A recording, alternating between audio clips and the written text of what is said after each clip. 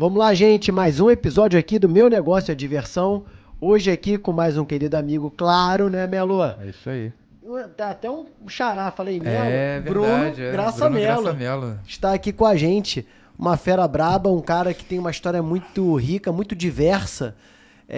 Embora diria que 80% da vida dele, né, profissional, tenha sido, né, dedicada ao entretenimento. Sim. Mas esse cara já passeou, já foi operador de mesa de renda variável, operador de mercado, então assim, mercado financeiro.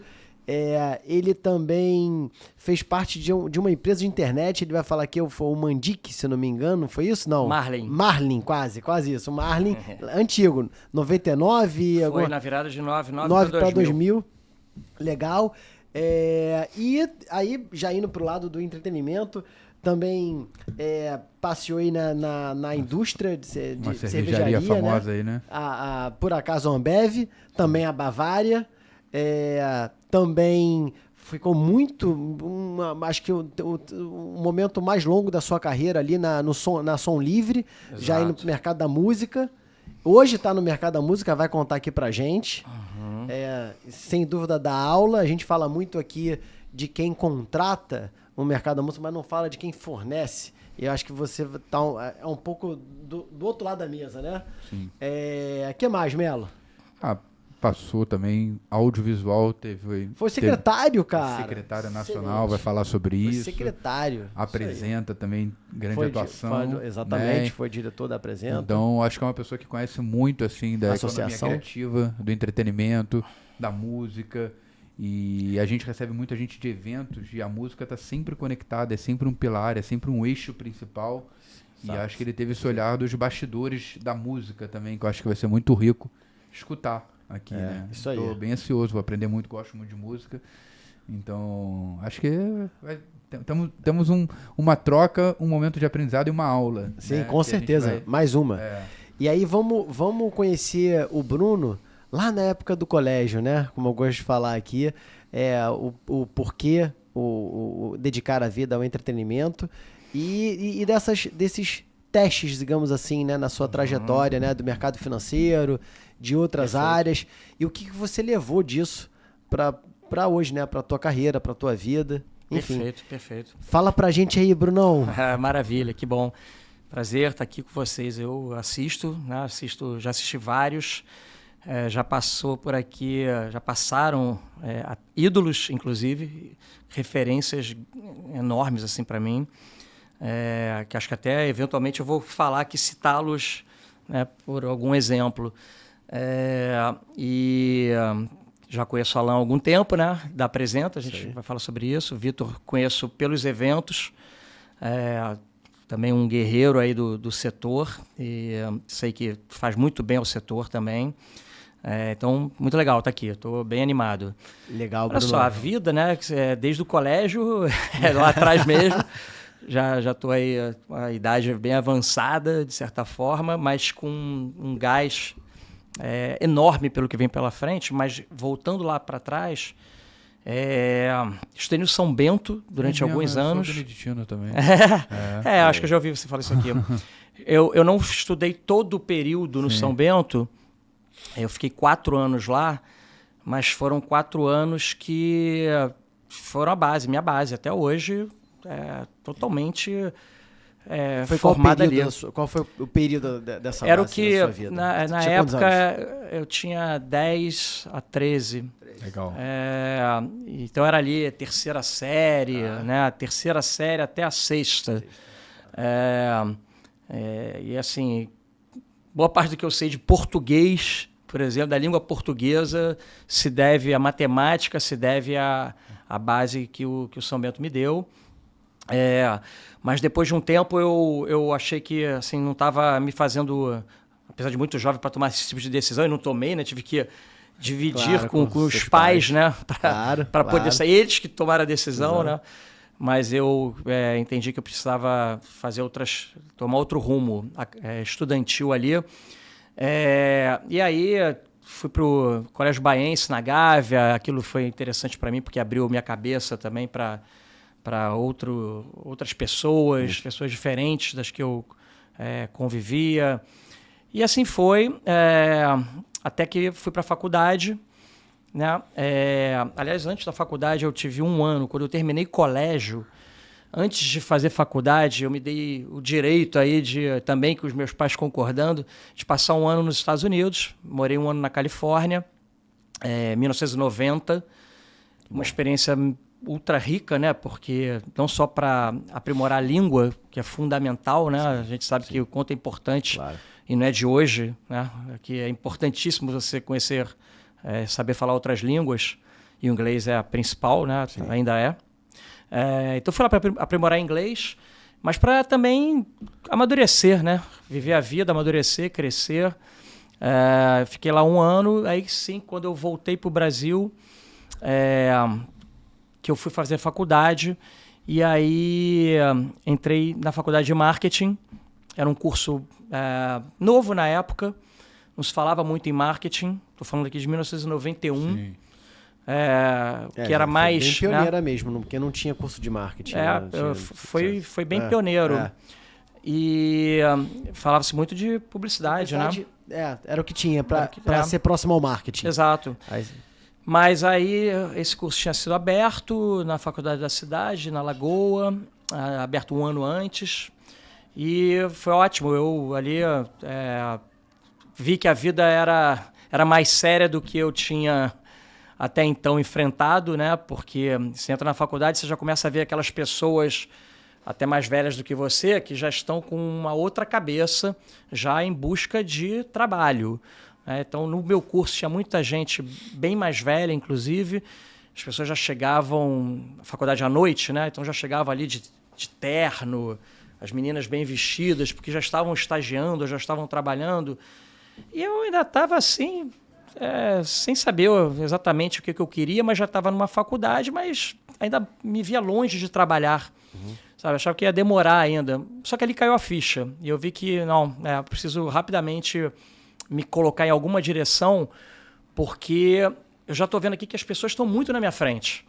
Eu estou muito para trás. Então, eu preciso agora me posicionar. Como é que é se posicionar quando você entra na faculdade? Aprender a tirar nota boa, começar a aparecer, mostrar interesse, interesse que você está afim, conversar muito, ver as oportunidades. E aí, na época, as empresas no Rio de Janeiro mais procuradas, lembro bem, assim, era Banco Nacional, que era, né, no marketing, me refiro assim, quem fazia marketing estava atrás de quais empresas? Época de Ayrton Senna, né? Como Sim. patrocinado ali. Então, o Banco Nacional tinha muita gente muito boa. Souza Cruz, Gillette, Xerox, IBM, Brahma, Coca-Cola, as petrolíferas. Essas eram as empresas que chamavam a atenção de quem estava estudando administração, marketing, economia também, apesar dos bancos serem mais visados. E aí, tá bom, é isso aí, é por aí que eu tenho que ir. E aí houve a oportunidade de eu buscar um estágio na Brahma, ainda não era Ambev. Entrei na Brahma como estagiário, consegui entrar e comecei a minha vida ali. Como estagiário, depois fui crescendo, né? E aí foi toda a trajetória dali até onde estou hoje, né? Que são aí 30 anos já, né? Trabalhando desde quando eu comecei como estagiário e assim eu segui até agora. Aí eu posso ir contando ou vocês podem me perguntar. A gente gosta da trajetória. Legal. Vamos falando. Aí você... Na Brahma, eu tinha me formado em marketing, né? Porque eu entrei na Brahma, fui estagiário, fui crescendo, fui efetivado, né? Que era o que se desejava, né? Você entra e eu pensava assim, caramba, essa empresa é incrível, né? Acho que vou ficar aqui minha vida inteira. O primeiro pensamento era esse, vou fazer carreira aqui dentro. Você curtiu ali a cultura, o ambiente? Curti, mas era bem duro. Que estava no momento ali que a Grupo Garantia tinha acabado de assumir a empresa, tinha assumido poucos anos antes. Uma reviravolta ali. Reviravolta completa. A companhia Cervejaria Brahma, né, era o nome, ela era uma empresa familiar, era de 2 famílias alemãs, desde a fundação, centenária, né? O Garantia comprou em 89 E aí começou a fazer uma revolução cultural ali dentro, uma revolução de negócios. E eu entrei 4 anos depois da chegada deles, mas estava tudo acontecendo ainda ali. Né? Essa revolução cultural, da cultura da empresa. Eu já entrei tomando pancada, assim, desde o primeiro dia. Porque era a regra do jogo. Conta aí, como é que foi a primeira... Foi no primeiro dia mesmo, assim, porque a Brahma, ela tinha uma operação com revendedores, né? Revendedores espalhados pelo Brasil. Eu era da filial Rio, que era ali na Marquês de Sapucaí, onde tinha o camarote Brahma, tinha uma fábrica da Brahma, né? Aquela que foi demolida. Exato. Aquela fábrica era onde ficava a área comercial Brahma Rio. Eu entrei no comercial Brahma Rio, né? E aí, da fábrica e das outras fábricas, os produtos eram produzidos e distribuídos para os revendedores pelo Brasil, e no meu caso, pelo estado do Rio de Janeiro. Eu conheci o dono da revenda Barra, que era em Jacarepaguá. Conheci o dono porque o filho dele era meu amigo. E aí eu já cheguei ali para o gerente, que ia ser meu chefe, e aí fui todo inocente. Eu conheço o dono da revenda Barra, como quem fala assim, já cheguei bem, porque já tenho um conhecido no sistema, então vou poder ajudar vocês. 20 e poucos anos, assim, inocente. O cara já me devolveu assim, essa é uma das piores revendas de todo o país. Aquilo é um lixo. Então ele já me derrubou uma cortada, assim na hora, já deu uma cortada para me chacoalhar. E assim, então é assim que é. Não tem essa de conhecer e tal. É como é. Você vai ter que ir lá e você vai ter que se indispor, se for necessário, com a pessoa que você diz que conhece. Não tem história, sabe? É negócio aqui. Né? Então já começou assim no primeiro dia. Foi a minha primeira conversa no primeiro dia com o meu chefe. Então já começou assim o negócio. E foi. E aí, mas aí as coisas foram andando. Eu fui efetivado. Depois de um tempo, eu comecei a sentir assim, uma necessidade de ampliar, e isso passou por toda a minha trajetória até agora, de ampliar o meu leque de conhecimentos. Eu era formado em marketing, trabalhava na área comercial, que era muito próxima ao marketing, e eu resolvi, fiquei pensando e começando a conversar com algumas pessoas, eu preciso saber de outras frentes de atuação para eu poder me fortalecer e me diferenciar aqui dentro e crescer. Finanças, área financeira, eu quero aprender sobre esse negócio. E aí fui buscar o caminho para isso. Né? E se necessário eu ia sair da companhia, apesar de já estar lá numa trajetória, num caminho, né?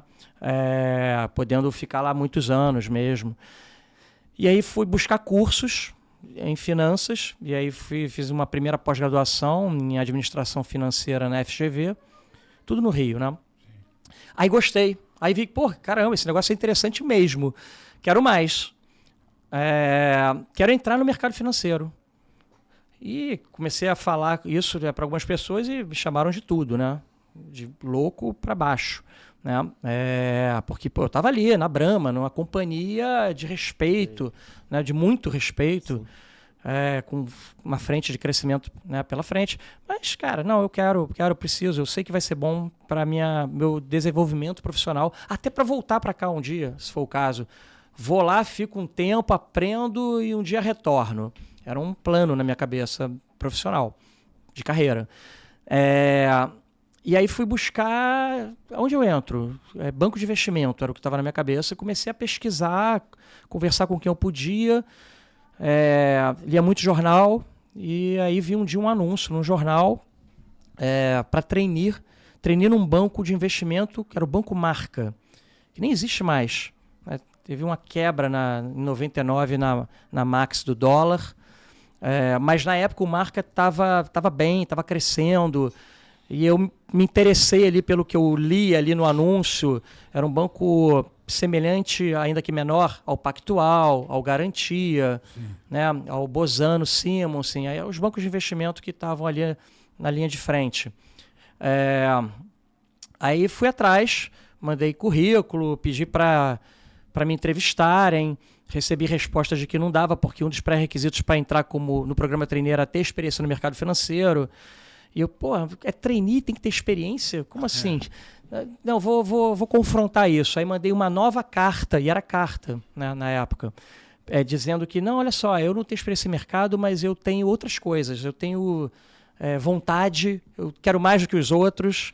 Estou fazendo aqui, aí tinha entrado no MBA, no IBMEC, em finanças. Então, eu estou fazendo esse curso aqui e, eu trabalho na Brahma, Grupo Garantia, eu já sei a cultura como é que é.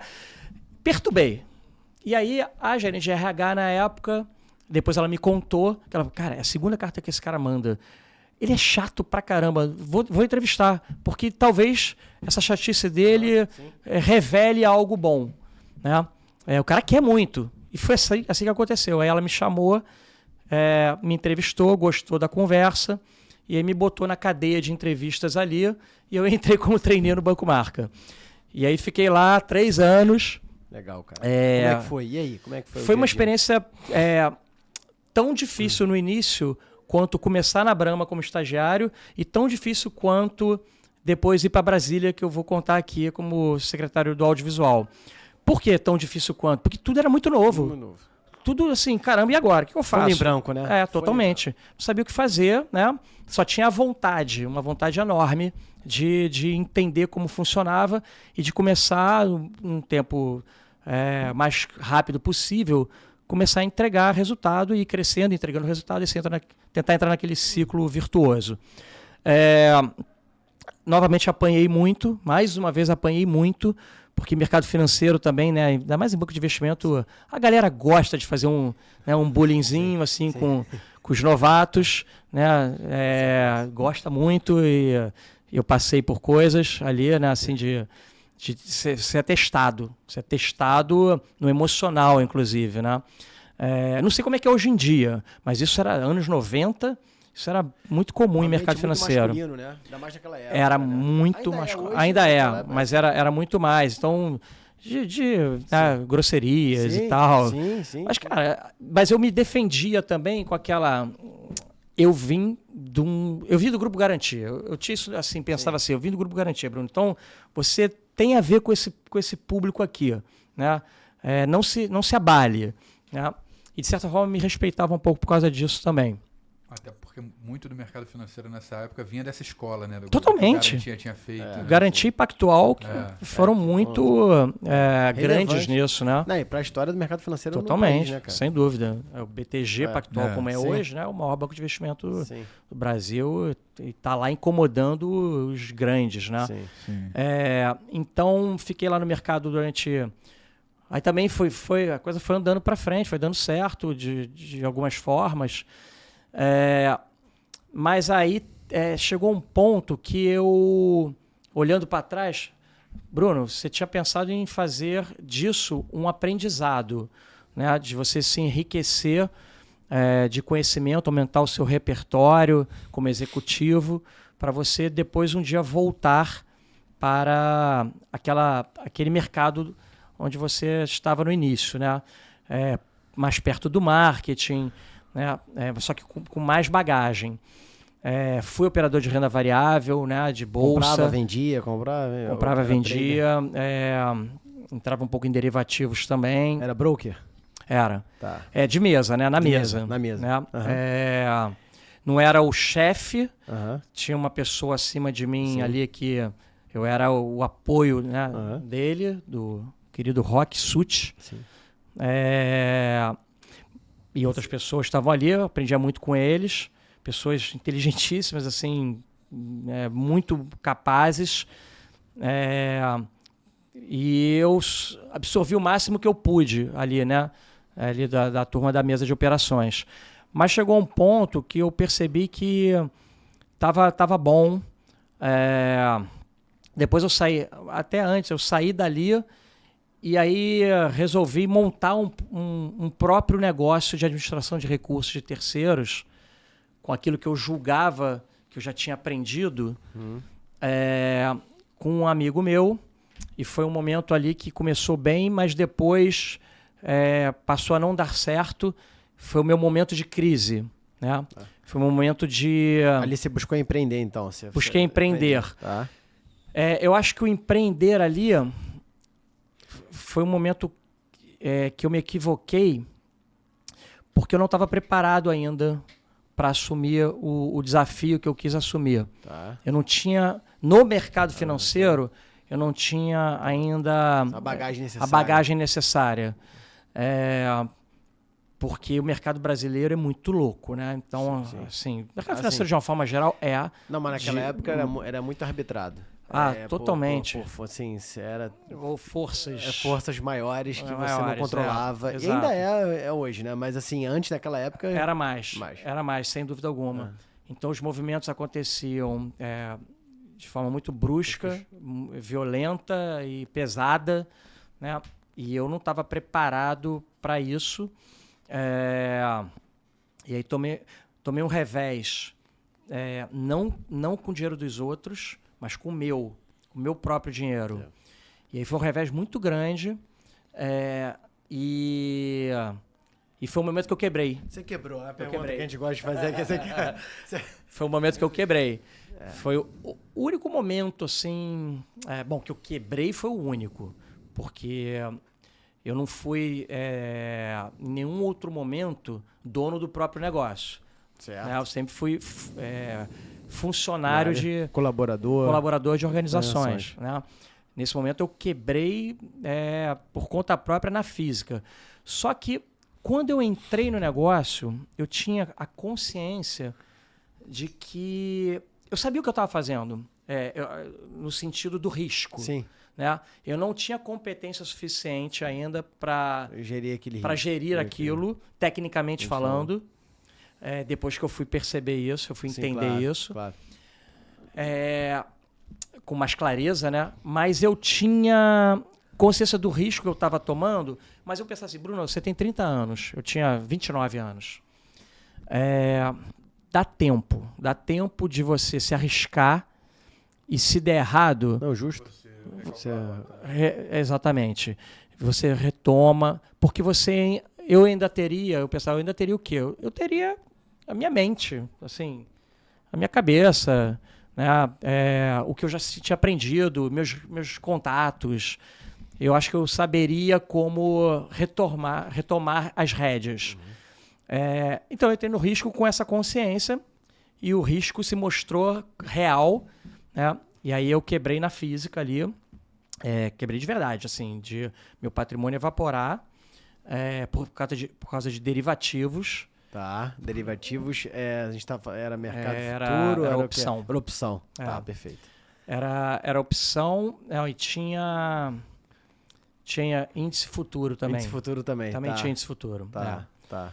Que é alavancagem, assim, até que a gente fala muito do mercado de entretenimento e cultura, que é você apostar um dinheiro que você pode até ter, mas você está alavancando 2, 3, 5, 10 vezes, e aí, às vezes, para você apostar numa operação 10 vezes, você pode até ter aquele capital. Pode ter. Pode ter. Mas você pode não ter. Mas boa pode parte ultrapassar. Das vezes, você ultrapassa o teu risco, né? O teu patrimônio, digamos, patrimônio líquido, PL, que se fala. Exatamente. E aí você assume um risco que você não pode cobrir, e aí você fica deficitário, se esse risco realmente acontecer, né? A operação deu errado. Ela pode ir para cima ou para baixo, dependendo da sua aposta. Se ela for para baixo, você perdeu 10 vezes o seu capital. Se estiver na mão contrária. E foi o que aconteceu. E acontecia assim, algumas coisas aconteciam à noite. Saiu uma notícia, grampo do BNDES, em telefonia, ligado ao negócio de telefonia. Você tava em casa vendo jornal, acontecia alguma coisa assim. Aí no dia seguinte o mercado já abria. Não, e tinha muito inside, né, cara? Assim, o mercado operava só em cima de inside. Assim, a galera que ganhava dinheiro no mercado financeiro nessa época era insider. Então... e tinha uma assimetria gigantesca de informação. Hoje, esse jogo, ele tá para todo o mercado, ele não tem muito gap, porque a informação online constante o tempo inteiro. Então é difícil o inside, às vezes, ser mais rápido bem diferente. do que as fontes que hoje existem de notícia. Então, cara, Aquela época lá era bem diferente. Era bem diferente. Outro mundo. E como eu não estava mais dentro de uma empresa, eu não tinha acesso a tanta informação, a pessoas ali. Então foi um risco que eu sabia assim do... Você sabia do risco, só que não tinha o instrumental, não tinha a ferramenta necessária para se proteger dele. Não tinha, mas eu resolvi correr por causa que eu achava que eu tinha uma idade que me permitiria depois retomar, se fosse necessário, e foi necessário. Porque aí quando aconteceu, tá bom, assim, não preciso mais. Porque quando eu saí ali do mercado financeiro dentro de uma companhia ali, eu podia já ter ido de volta direto para a minha origem, seguindo aquele meu plano que eu tinha feito de carreira. Voltar para a Ambev. Uma cervejaria. Mas eu resolvi, eu quero tentar fazer por conta própria também. E aí que foi o erro. Tá. Assim, erro por um lado, aprendizados por outro, né? Grandes aprendizados, né? E aí quebrou, e aí foi para onde depois? Como é que você Aí foi quando agora eu preciso retomar, né? E retomar dentro de uma empresa, porque eu já devia ter feito isso antes, não fiz, agora eu vou fazer. E aí você tem que abrir teu leque de relacionamentos, né? E eu acabei encontrando uma pessoa que era da faculdade, que era sócio de um grupo empresarial, e dentro desse grupo tinha uma empresa de internet no ano 2000. A internet estava nos seus primeiros anos ainda, né? Que era a Marlin Internet. A internet chegou no Brasil como atividade comercial em 96. Foi 96. Então, 2000 já tinha um tempinho ali de vida. Mas muito embrionária. Perto do que hoje, assim. Era menos de 5% nessa época. Menos de 5% da população brasileira tinha acesso à internet. Exato. Mas a Marlin, ela construía sites, né? Era o grande negócio. Construção de sites para empresas. Então, ela tinha como cliente o Zona Sul. O e-commerce do Zona Sul, que existe até hoje, era da Marlin. Né? Imagina isso no ano 2000, era revolucionário. Né? Ela tinha o e-commerce da Richards, loja de roupa.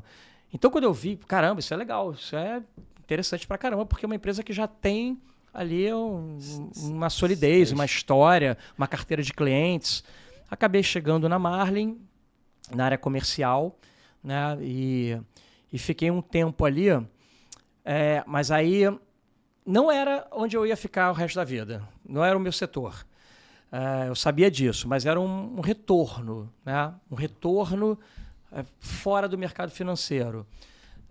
Para eu ir chegando até onde... Um dia chegar onde eu queria. E você, no dia a dia, você vai tentando entregar o seu melhor, né? Claro. Aí as coisas começam a se encadear muito bem na minha vida profissional. Eu estava um dia... sentado na minha mesa de manhã, lendo jornal. Mais uma vez lendo o jornal. Eu falei do jornal que eu vi o anúncio lá do Banco Mar. Caderno de Economia, eu recomendo a todo mundo ler sempre, sempre. Seja no papel físico, quem ainda lê no físico, ou seja, lê pelo digital. É importante, sabe? É importante. E aí tinha um anúncio no Valor Econômico falando Bavária vira companhia. Vira uma empresa no Brasil. Eu estava lendo aquilo. Bavária era uma cerveja, quando eu era da Brahma, era uma cerveja do portfólio da Antártica, que era minha concorrente. Bavária está virando uma companhia. Deixa eu entender isso melhor. O que aconteceu? Com a criação da Ambev, né, a Ambev foi a Brahma comprando a Antártica. Falou-se de fusão na época, mas não. A Brahma foi lá, a Antártica estava quebrada, estava falida, a Brahma estava enorme, foi lá e os garantias, né? Compraram. Marcel e sua turma compraram lá a Antártica. Mas para o CAD concordar com essa compra, colocou alguns pré-requisitos. O CAD, né, o Conselho Administrativo de Defesa Econômica, sempre coloca condições para aprovar uma fusão. E uma das condições foi que a marca Bavária, que era do portfólio da cervejaria Antártica, fosse vendida, porque senão a Ambev ia ficar grande demais. Era desse tamanho, a Ambev foi criada e ficou grande demais. Então, na prática, fez um efeito pequeno. Foi só para, de alguma forma ali também, né? Cumprir um rito. Cumprir um rito. E aí, alguém teve que comprar a Bavária, a marca Bavária e o produto Bavária. E aí uma cervejaria canadense, que era a segunda maior cervejaria do Canadá, que já queria entrar no Brasil há muitos anos, que era a Molson. A Molson viu essa oportunidade, opa, agora tem uma forma da gente entrar no Brasil, comprando essa marca e se estabelecendo no país. Foi o que aconteceu, Molson comprou a Bavária, da Antártica, a Ambev foi criada e a Bavária virou uma companhia. E era isso que estava escrito ali naquele jornal que eu estava lendo. Aí eu, caramba, que legal... Aí, pô, eu saí da Brahma para entrar no mercado financeiro para um dia tentar voltar, talvez, para a Brahma. Abri essa janela aqui, essa Bavária. Pode ser numa Brahma, mas pode ser que eu vá pode ser que essa empresa faça sentido para mim e eu faça sentido para ela. Né? Perfeito. E eu comentei isso pro cara que estava do meu lado, que trabalhava na área comercial da Marlin comigo. Aí o cara falou assim, você quer entrar lá? Eu conheço a Red Hunter que está contratando. Caraca. Olha a sorte, cara. Aí eu, pelo amor de Deus, me dá agora o contato dela. Aí ele me deu o contato dela, eu liguei para ela, para Jane, me apresentei. Falei, Jane, eu tenho essa história aqui na Brahma, eu me interessei, podemos conversar? Aí ela, vem aqui. Fui conversar com ela e deu certo. Ela me botou para ser entrevistado pelo diretor de marketing da época, o Gustavo Ramos, que depois me botou para ser entrevistado pelo diretor de vendas, que era o Eduardo Bittar, que era um antigo diretor da Brahma também. Aí eu pude contar um monte de coisa para ele. Sim. E tudo se encaixou ali. Entrei na Bavária como gerente comercial. A Bavária era no downtown, aqui do lado. E fiquei 1 ano na Bavária até que ela foi comprada pela Kaiser. E aí, ao ser comprada pela Kaiser, foi algo que não foi bom para quem estava na Bavária. Ninguém gostou, nenhum de nós ali achou legal isso. Porque a gente tinha a Kaiser como uma concorrente, a gente não gostava da Kaiser por ser uma concorrente e não gostava muito do produto também. Sim. Pelo menos aqui no Rio de Janeiro não era uma cerveja lá muito apreciada, né? Sim. E eu, nossa, eu vou trabalhar na Kaiser, não estou muito afim disso não, mas enfim... Eu vou, né? É o que está acontecendo aqui. De repente lá eu mudo de opinião. Né? E que bom que eu também não fui demitido. Sim. Aliás, Bruno, para de reclamar. Claro. Né? Porque várias pessoas foram demitidas. Foram demitidas, né? No processo. Processo ali de compra. Isso sempre acontece, né? Então tô no jogo, vamos embora. E aí a Kaiser em São Paulo, eu continuei no Rio. Na base aqui no Rio, dentro da fábrica da Coca-Cola ali em Jacarepaguá, a Andina, porque a Kaiser era distribuída pelo sistema Coca-Cola, né? Sim.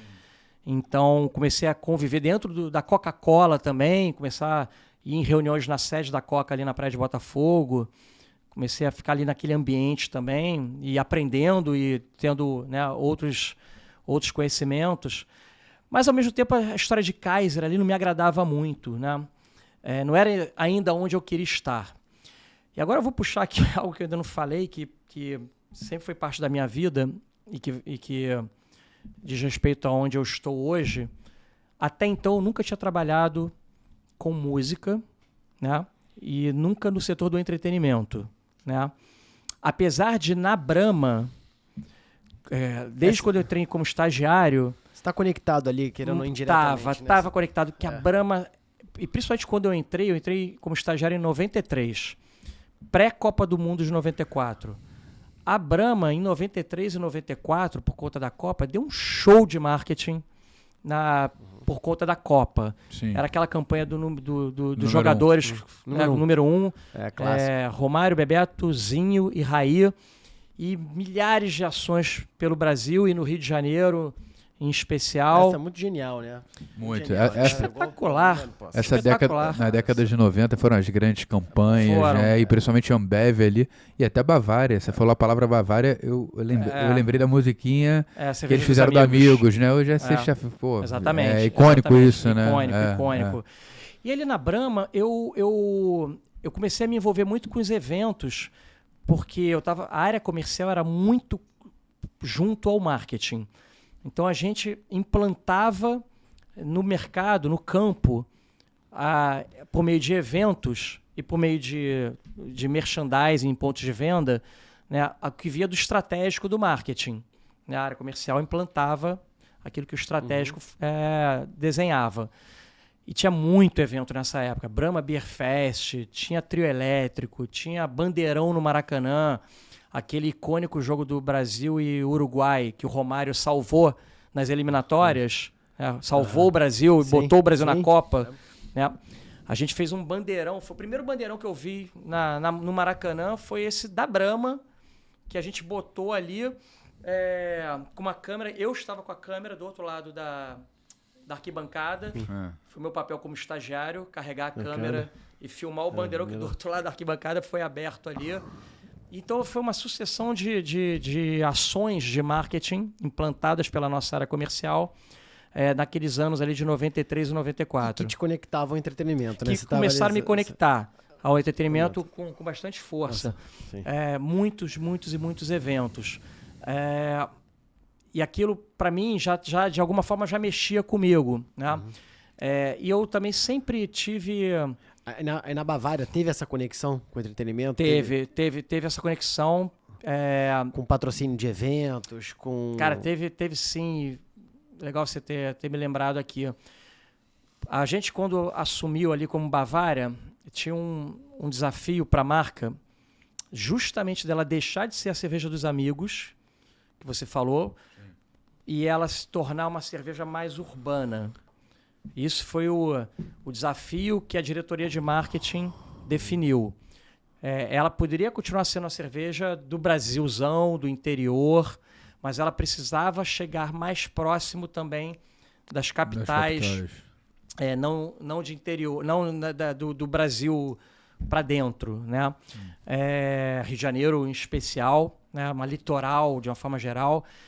E aí, um projeto que foi desenvolvido para ajudar nisso foi o Bavária Vibe, que era de música eletrônica. Lembro. Acho que a gente 2001. Eu acho que a gente teve alguma coisa... Bavária foi até que ano? Como companhia foi um ano só, foi de 2001 a 2002. Cara, a gente teve alguma coisa no Rio Festa e tal. Muito provavelmente. Eu lembro que a gente fez alguma coisa, mas eu não... Eu acho bastante provável. Né? Tá. Bavária Vibe era um projeto de música eletrônica. Lembro bem. A gente trouxe os principais DJs daquela época. Foi a DHP que fez esse projeto? Não. Não? Era a Joker de São Paulo. Tá. E mais algumas que foram acopladas ali, o Sal, Zamataro. Tá. A gente trouxe os principais DJs da época, que era o Carl Cox, Paul Oakenfold, Paul Van Dyke, o Tiesto foi depois com a Heineken. Mas eram os grandes DJs que tinham e a gente foi fazendo vários eventos no Rio de Janeiro, culminando com o Réveillon em Búzios, lá no Fishbone Café. Foi o Réveillon de 2001 para 2002. O Fishbone, que antes era a oficina do Guaraná. Então, por isso que eu tô... Assim, vocês talvez tenham... Talvez a produtora... Vocês contrataram a Joker, mas talvez a Joker tenha tido uma parceria com a DHP, alguém fez ali... Que eles faziam, né? Antes, na verdade, era o Bruno Jaguaribe, o Rafael, e depois se juntou com o Elinho. Sim.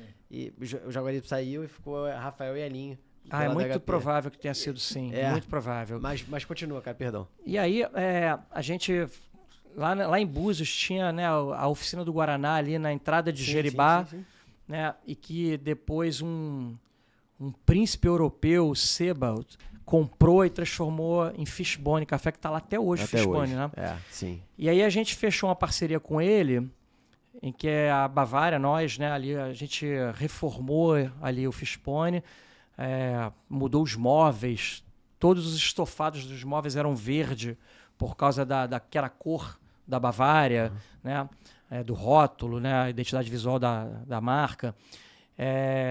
Fomos fazendo uma agenda ali de música eletrônica que culminou com a apresentação do Carl Cox no Réveillon de 2001 para 2002. Né? Tudo isso como esforços para reposicionar a marca Bavária para torná-la mais jovem, mais urbana, do que ela estava posicionada naquela época anterior lá na Antártica.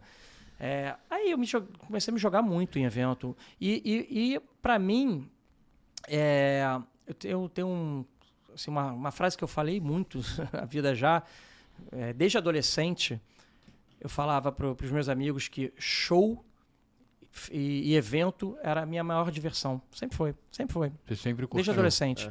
Sempre. Fui no Rock in Rio 1. Assim, era bem novinho, né? Que legal, mas cara. Fui no Rock in Rio 1. Maneiro. Porque já estava muito conectado com música ali. Né? E E aí fui em todos os Rock in Rio, todos, 100%. Vou no próximo, já estou com o ingresso garantido. Boa. Comprei um dia já, mas vou em outros com certeza. Rock in Rio para mim é regra, eu preciso ir. Eu não consigo me imaginar não indo. Mas eu vou em todos os grandes festivais que tem aqui. Fui no Detal ano passado, fui em quase todos os Lollapalooza. E aqui no Rio é evento atrás de evento, graças a Deus. E eu tô em quase todos, né? Sempre. E aí, Bruno, por essa paixão pelos eventos, que você se conecta em algum momento com a Som Livre, né? Exatamente. Foi esse momento da Bavária e da Kaiser, porque o cara que era o meu chefe na Bavária era o diretor de marketing, Gustavo Ramos. Gustavo também nesse processo de compra pela Kaiser, foi para a Kaiser como diretor de marketing, continuou sendo meu chefe. Um dia ele saiu da Kaiser e aí ele me mandou um e-mail para me avisar que tinha saído da Kaiser. Aliás, ele já tinha saído, né? Ele me mandou um e-mail depois para dizer que ele tinha entrado num novo lugar. E esse novo lugar era Som Livre. Tá. E aí uma história que eu já contei, que o título do e-mail eu gosto de contar porque para mim é muito simbólico. O título do e-mail era Som na Caixa Mané.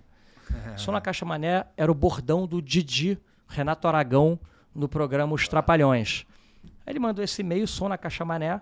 Aí o que o Gustavo quer comigo, quando eu li, né, o e-mail chegando, com isso, né? Não imaginava, mas quando eu abri o e-mail, eu li, ele fala que, tô entrando na Som Livre,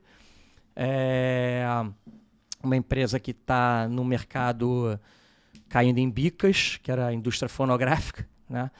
Mas faz parte de um grupo charmoso, que era o Grupo Globo. Claro. E eu vou lá tentar ajudar, tentar dar o meu jeito, né? Fazer o que eu puder para reerguer a empresa. Aí eu respondi para ele, naquele momento, me leva agora. Eu sempre sonhei em trabalhar com música. Pelo amor de Deus, já aceitei qualquer coisa que você propuser, legal. Eu já aceitei. Escrevi de volta para ele e ele me respondeu dizendo, calma aí, deixa eu entrar. A ideia é essa mesmo, mas deixa eu entrar para eu entender a empresa, né? Entender os espaços, as necessidades, e em algum momento eu te chamo. E assim aconteceu. Alguns meses depois, ele me levou e mais uma vez entrei na área comercial, né? Na Bavária eu entrei na área comercial também, e depois fui para o marketing puxado por ele. Na Som Livre eu entrei na área comercial, e 6 meses depois ele me puxou como gerente de marketing.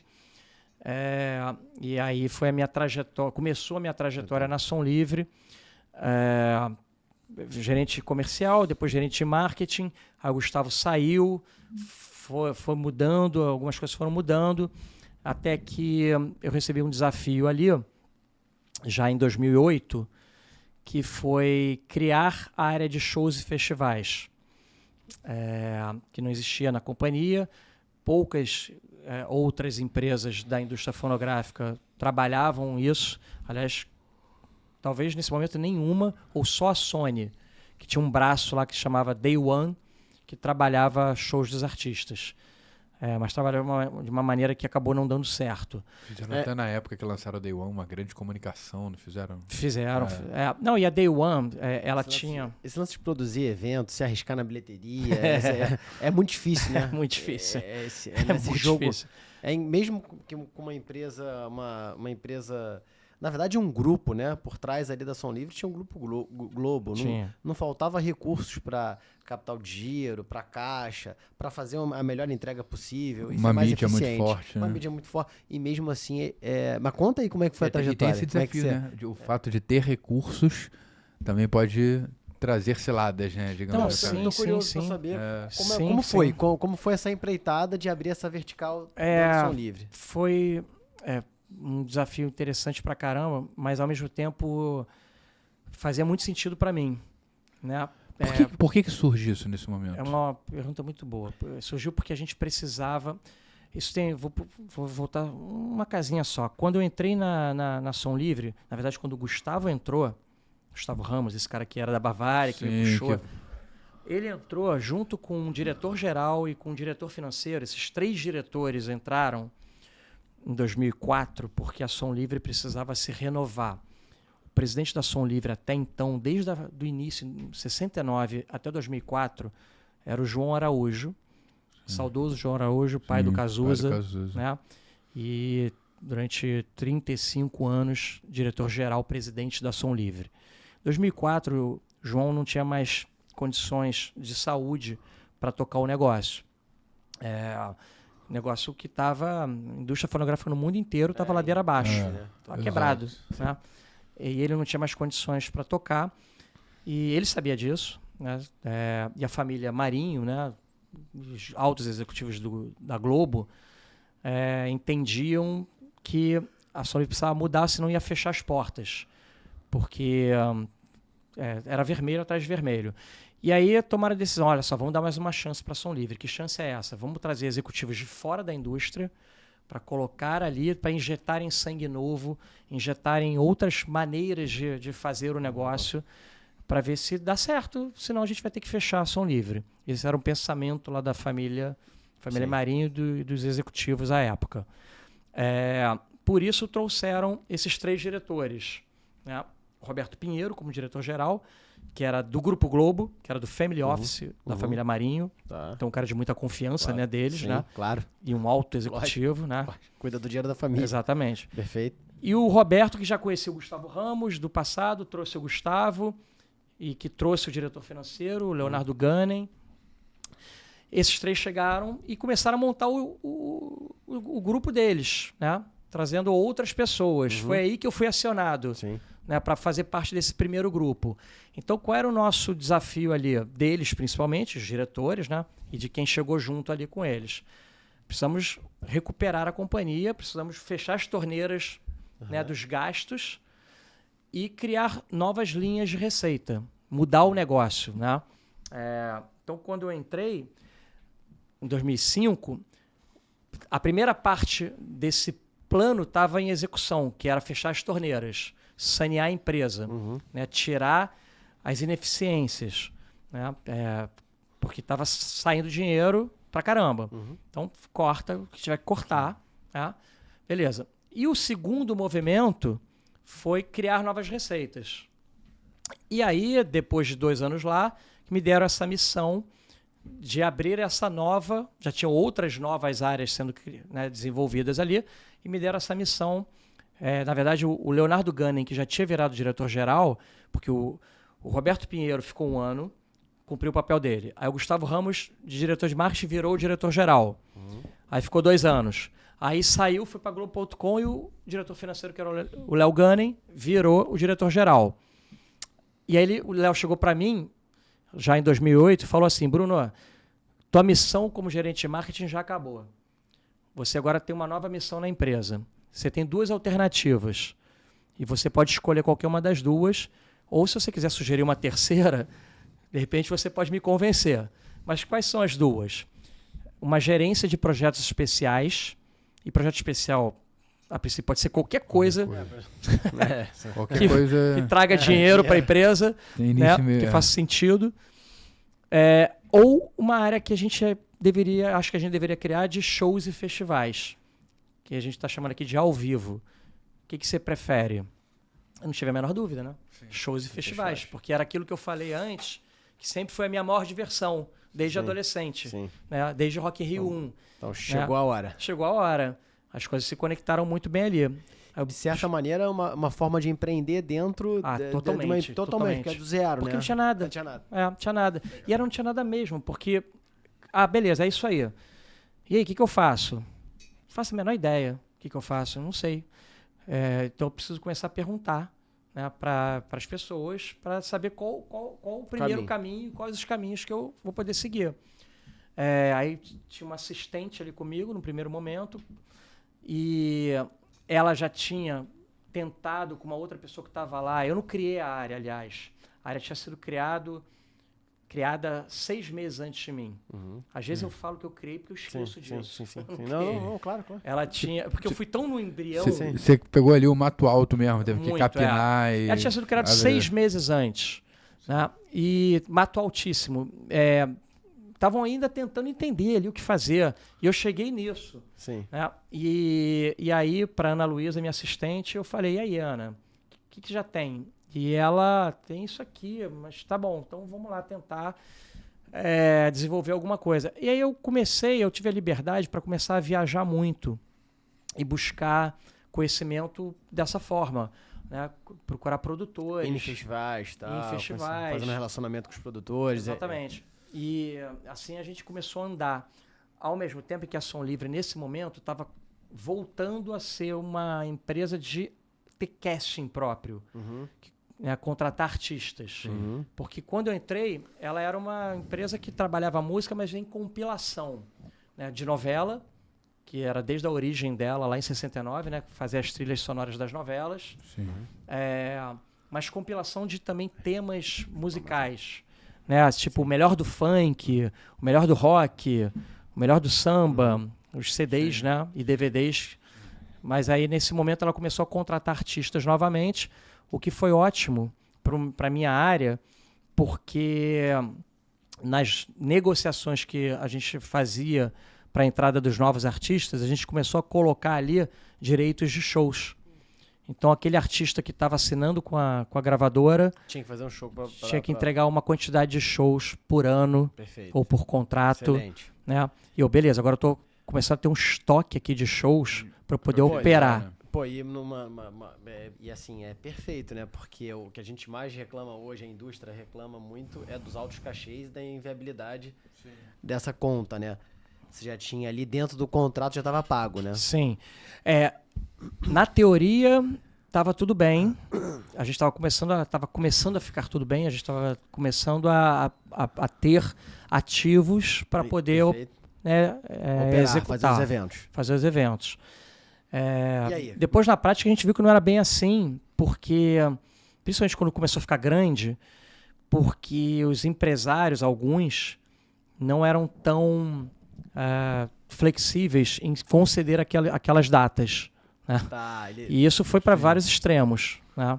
Você tem a data, mas só pode usar na segunda-feira. Exato, coisas desse tipo. No final do mês, as datas assim que ele não conseguia vender, né? Muito disso, né? Muito disso. Por outro lado, a gente tinha uma força interna na Som Livre, que a gente tinha a mídia da TV Globo. Canhão, né, de mídia. O canhão. Então, a gente também era um jogo ali, estica e puxa. Não vai ter cachê, mas vai ter mídia aqui na Globo, não é bom pro seu artista? Exatamente. Então, a gente começou a usar isso cada vez mais, e eu comecei a fazer outros modelos. Um deles que foi muito bem sucedido de utilização da mídia era de prolongar a mídia daquele produto por mais tempo do que o tradicional 1 mês e meio que a gente dava para cada lançamento. Tipo, vamos lançar o CD de um artista determinado. O normal era a gente programar uma mídia que durava 1 mês e meio pelo Brasil. Depois tirava a mídia daquele CD, porque vinha outro e outro e outro. Eram lançamentos mensais que a gente tinha que distribuir a nossa grade de mídia, nossos espaços, por todos aqueles lançamentos do mês. Durava mais ou menos 1 mês e meio. O que eu comecei a combinar com os empresários dos artistas? Eu consigo, dentro de casa, vender para o meu gerente de marketing, para a minha gerente de marketing,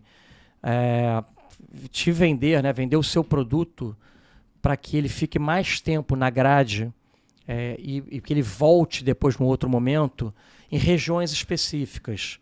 Quando é que você vai fazer turnê no Nordeste com o teu artista? Vai ser em setembro? Beleza, então em setembro eu vou programar a mídia novamente lá na região Nordeste, nas cidades tais ou nos estados tais, para as pessoas terem novamente visibilidade desse artista, que vai complementar, né, a mídia do show. Vai botar a música na boca das pessoas, né? Vai aumentar o interesse das pessoas em estar naquele show. Então, tinham coisas que aconteciam desse tipo. Aí é muito né? legal que você tá entregando. Né? Tá entregando. Então, assim, a gente ia tentando formas de eles verem mais valor, né, na gente, para poderem ser mais flexíveis na entrega das datas. E isso eu imagino que devia demandar um grande esforço também interno, né? De alinhamentos. Muito, Você faz... pegar a questão do empreendedor que você falou, não só de criar e desenvolver a área, mas de você dentro de casa, você está vendendo peixe ali, porque tem muitos interesses. Exato. Né? Para a tua área é uma oportunidade, para outra isso já pode se tornar um problema. Né? Pode ser um problema. Se você se coloca no lugar do gerente comercial, na época que estava vendendo CD e DVD, ele talvez não quisesse que aquela mídia voltasse por causa do meu interesse. Ele queria para os novos produtos que estavam chegando. Né? Então você vai buscando ali um equilíbrio. Uma articulação interna. Tem que ter jogo de cintura, tem que todo mundo tem que ter, né? Em prol do todo. Né? Só que mesmo a gente entregando esse tipo de valor, os artistas, quando iam ficando muito grandes, e a gente teve muito sucesso em deixar artistas muito grandes, principalmente no sertanejo,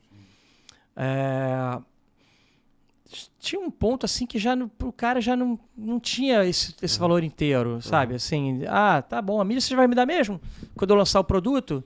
Então não preciso ter mais depois. Sim. Eu já tenho o meu cachê aqui, 250 mil, já faço 20 shows por mês. Tudo bem. Às vezes eles não falavam isso claramente, mas estava implícito, né? Então a gente precisou buscar outras maneiras de mostrar valor. E aí eu acho que é um ponto importante nessa trajetória dentro da Som Livre, que eu acho que aí foi o principal gol que eu atingi dentro da Som Livre. Teve um momento ali que tinha esse contexto, que eu estava narrando aqui, de dificuldade do relacionamento né, com os empresários para obter as datas. Mas, ao mesmo tempo, a gente tinha muito artista dentro de casa, né, e muito artista bom, grande. Então, ficou muito claro que a gente tinha que criar festivais. Né, porque ia ser uma linha de negócio nova, que provavelmente ia dar dinheiro. Pelo menos a gente pensava dessa forma. E ao fazer o festival, você tem uma outra entrega para o artista, né, e para o empresário do artista. Porque você vai programar um festival, por exemplo, em BH. Né? O show no festival é um festival, então não é um artista só. São vários artistas. O show é reduzido em relação ao grande show dele, que ele vai fazer um dia na cidade. Né? Não é o mesmo show. Ele vai dividir o espaço com outros artistas. Ele pode fazer um show, ele pode fazer até bem diferente se quiser. Né? Então, não vai competir. Em outras palavras, não vai competir com o show que o artista vai fazer naquela própria cidade. Fazendo naquele momento. Exatamente. E a gente vai dar mídia também. Vai fazer outras entregas para ele. E até, assim, de novo, você promove o artista naquela oportunidade do festival. Ele vai se expor uma audiência diferente, que talvez não seja... Exatamente. No festival tem a audiência dos outros artistas, né, que vão estar no festival. Né? Não é TV, que já está no contrato. Exatamente. É a mais. É adicional. É mais verdade. Totalmente. E aí, com isso, a gente entrou no negócio de festivais. Né? E aí? Aí deu pulo do gato, cara. Porque aí teve um primeiro...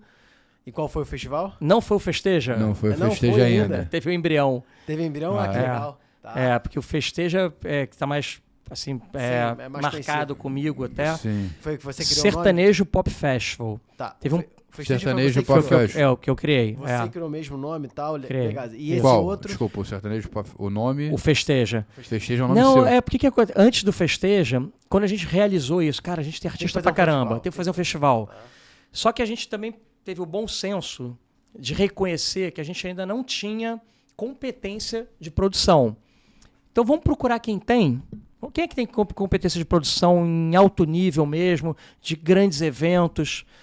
E aí, uma das empresas que dominavam esse negócio era a Mondo, né?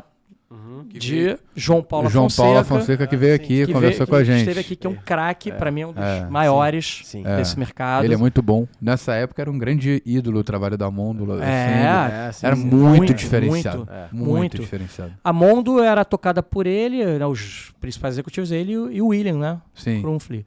E aí, eu e Leonardo Gani, que era o diretor-geral da Som Livre, fomos lá em São Paulo para fazer uma reunião com eles. Então, aí na mesa, estava exatamente assim, estava eu e Leonardo Gani, do lado do Som Livre, e aí tava João Paulo e o William, do outro lado da mesa. A gente foi se conhecer, né? Nos conhecer ali. E começar a trocar ideia para ver se a gente tinha o que um complementar o outro, o que fazer juntos. E a gente contando a nossa história, a nossa força no sertanejo, a gente tinha todos os grandes artistas já dentro de casa, né?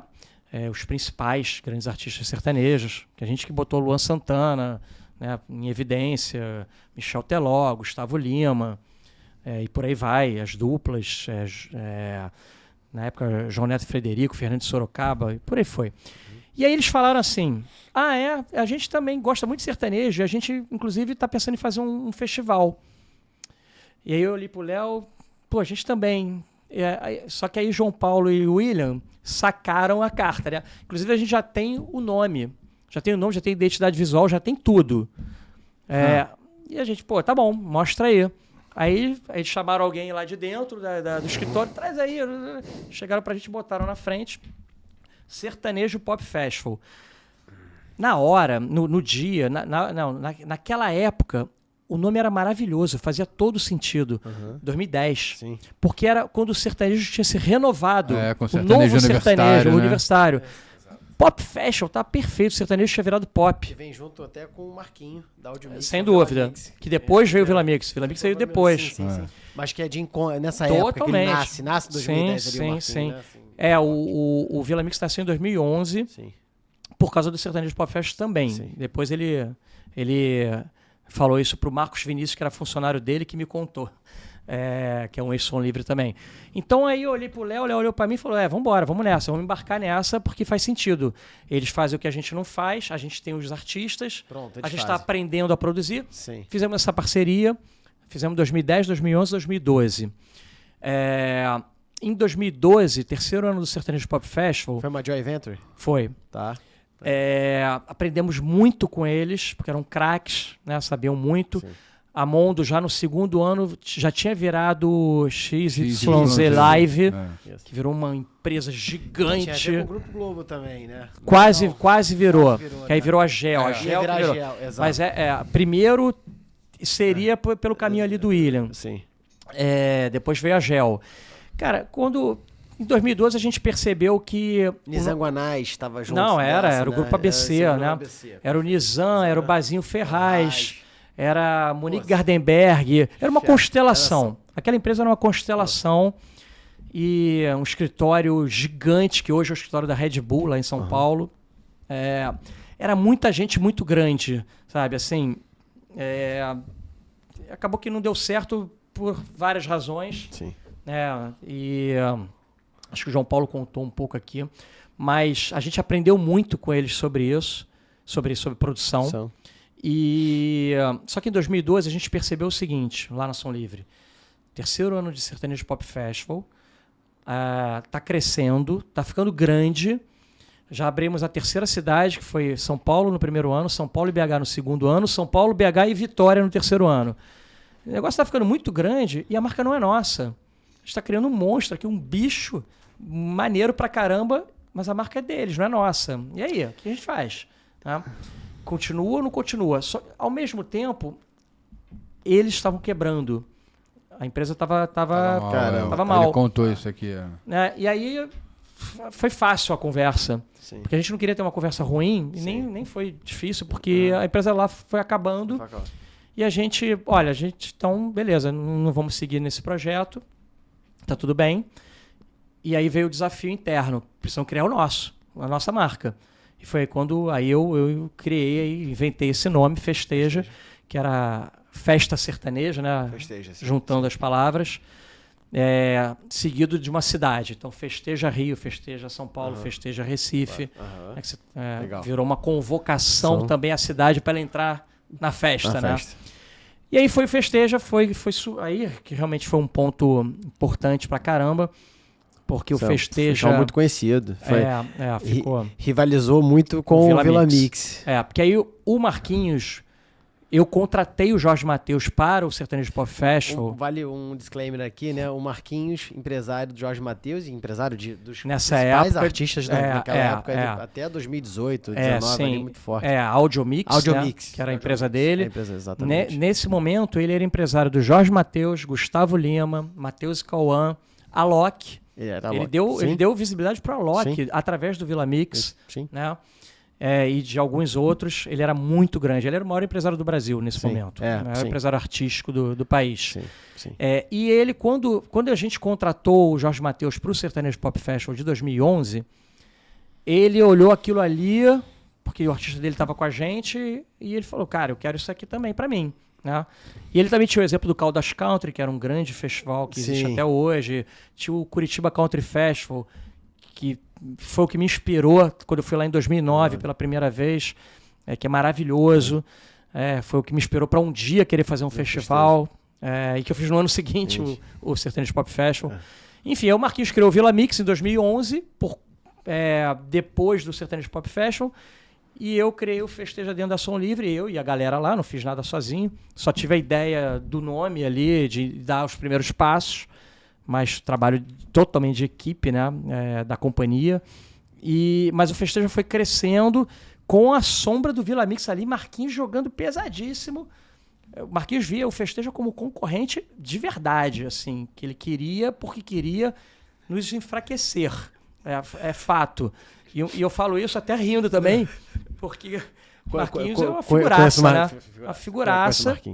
Um cara que foi importantíssimo para a indústria da música. Ele revolucionou mesmo a maneira como lidar com as contratações dos artistas, lidar com a bilheteria, a história da bilheteria, de ter participação na bilheteria em vez de só o cachê. Ele subiu a barra completamente. Agora, ousado no extremo e jogando duro demais.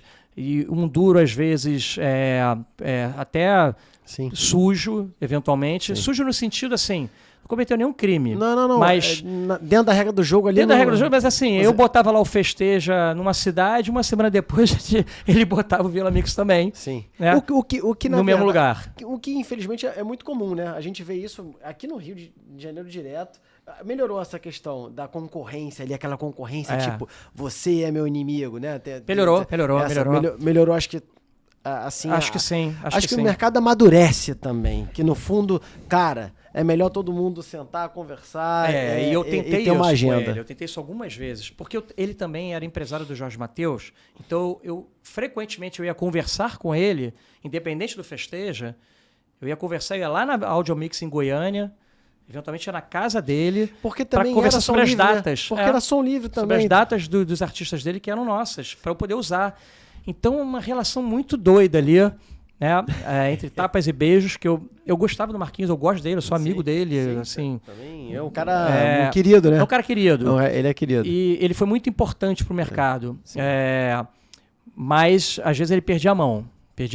Várias vezes ele perdia a mão. E a gente foi se fortalecendo, né, foi crescendo. O que vocês buscavam com Festeja, assim? Como é que... acho que é resultado também, né? Não, era resultado financeiro, era distribuir... Não, tinham várias, cara. Tinham vários valores ali. Primeiro financeiro, né? Sim, era uma linha de negócio. Que precisava, né, reinventar a história Sem dúvida. Das gravadoras. Sem dúvida. E eu, como eu era o head ali da área de shows e festivais, eu tinha metas todo ano financeiras ali, milhões ali, alguns milhões ali, porque eu tinha que fazer de resultado para a companhia, pela minha área. Né? O festival era uma forma de eu fazer dinheiro. Sim. Né? Então, sim, em primeiro lugar, fazer dinheiro. Mas, ao mesmo tempo, a gente estava construindo marca.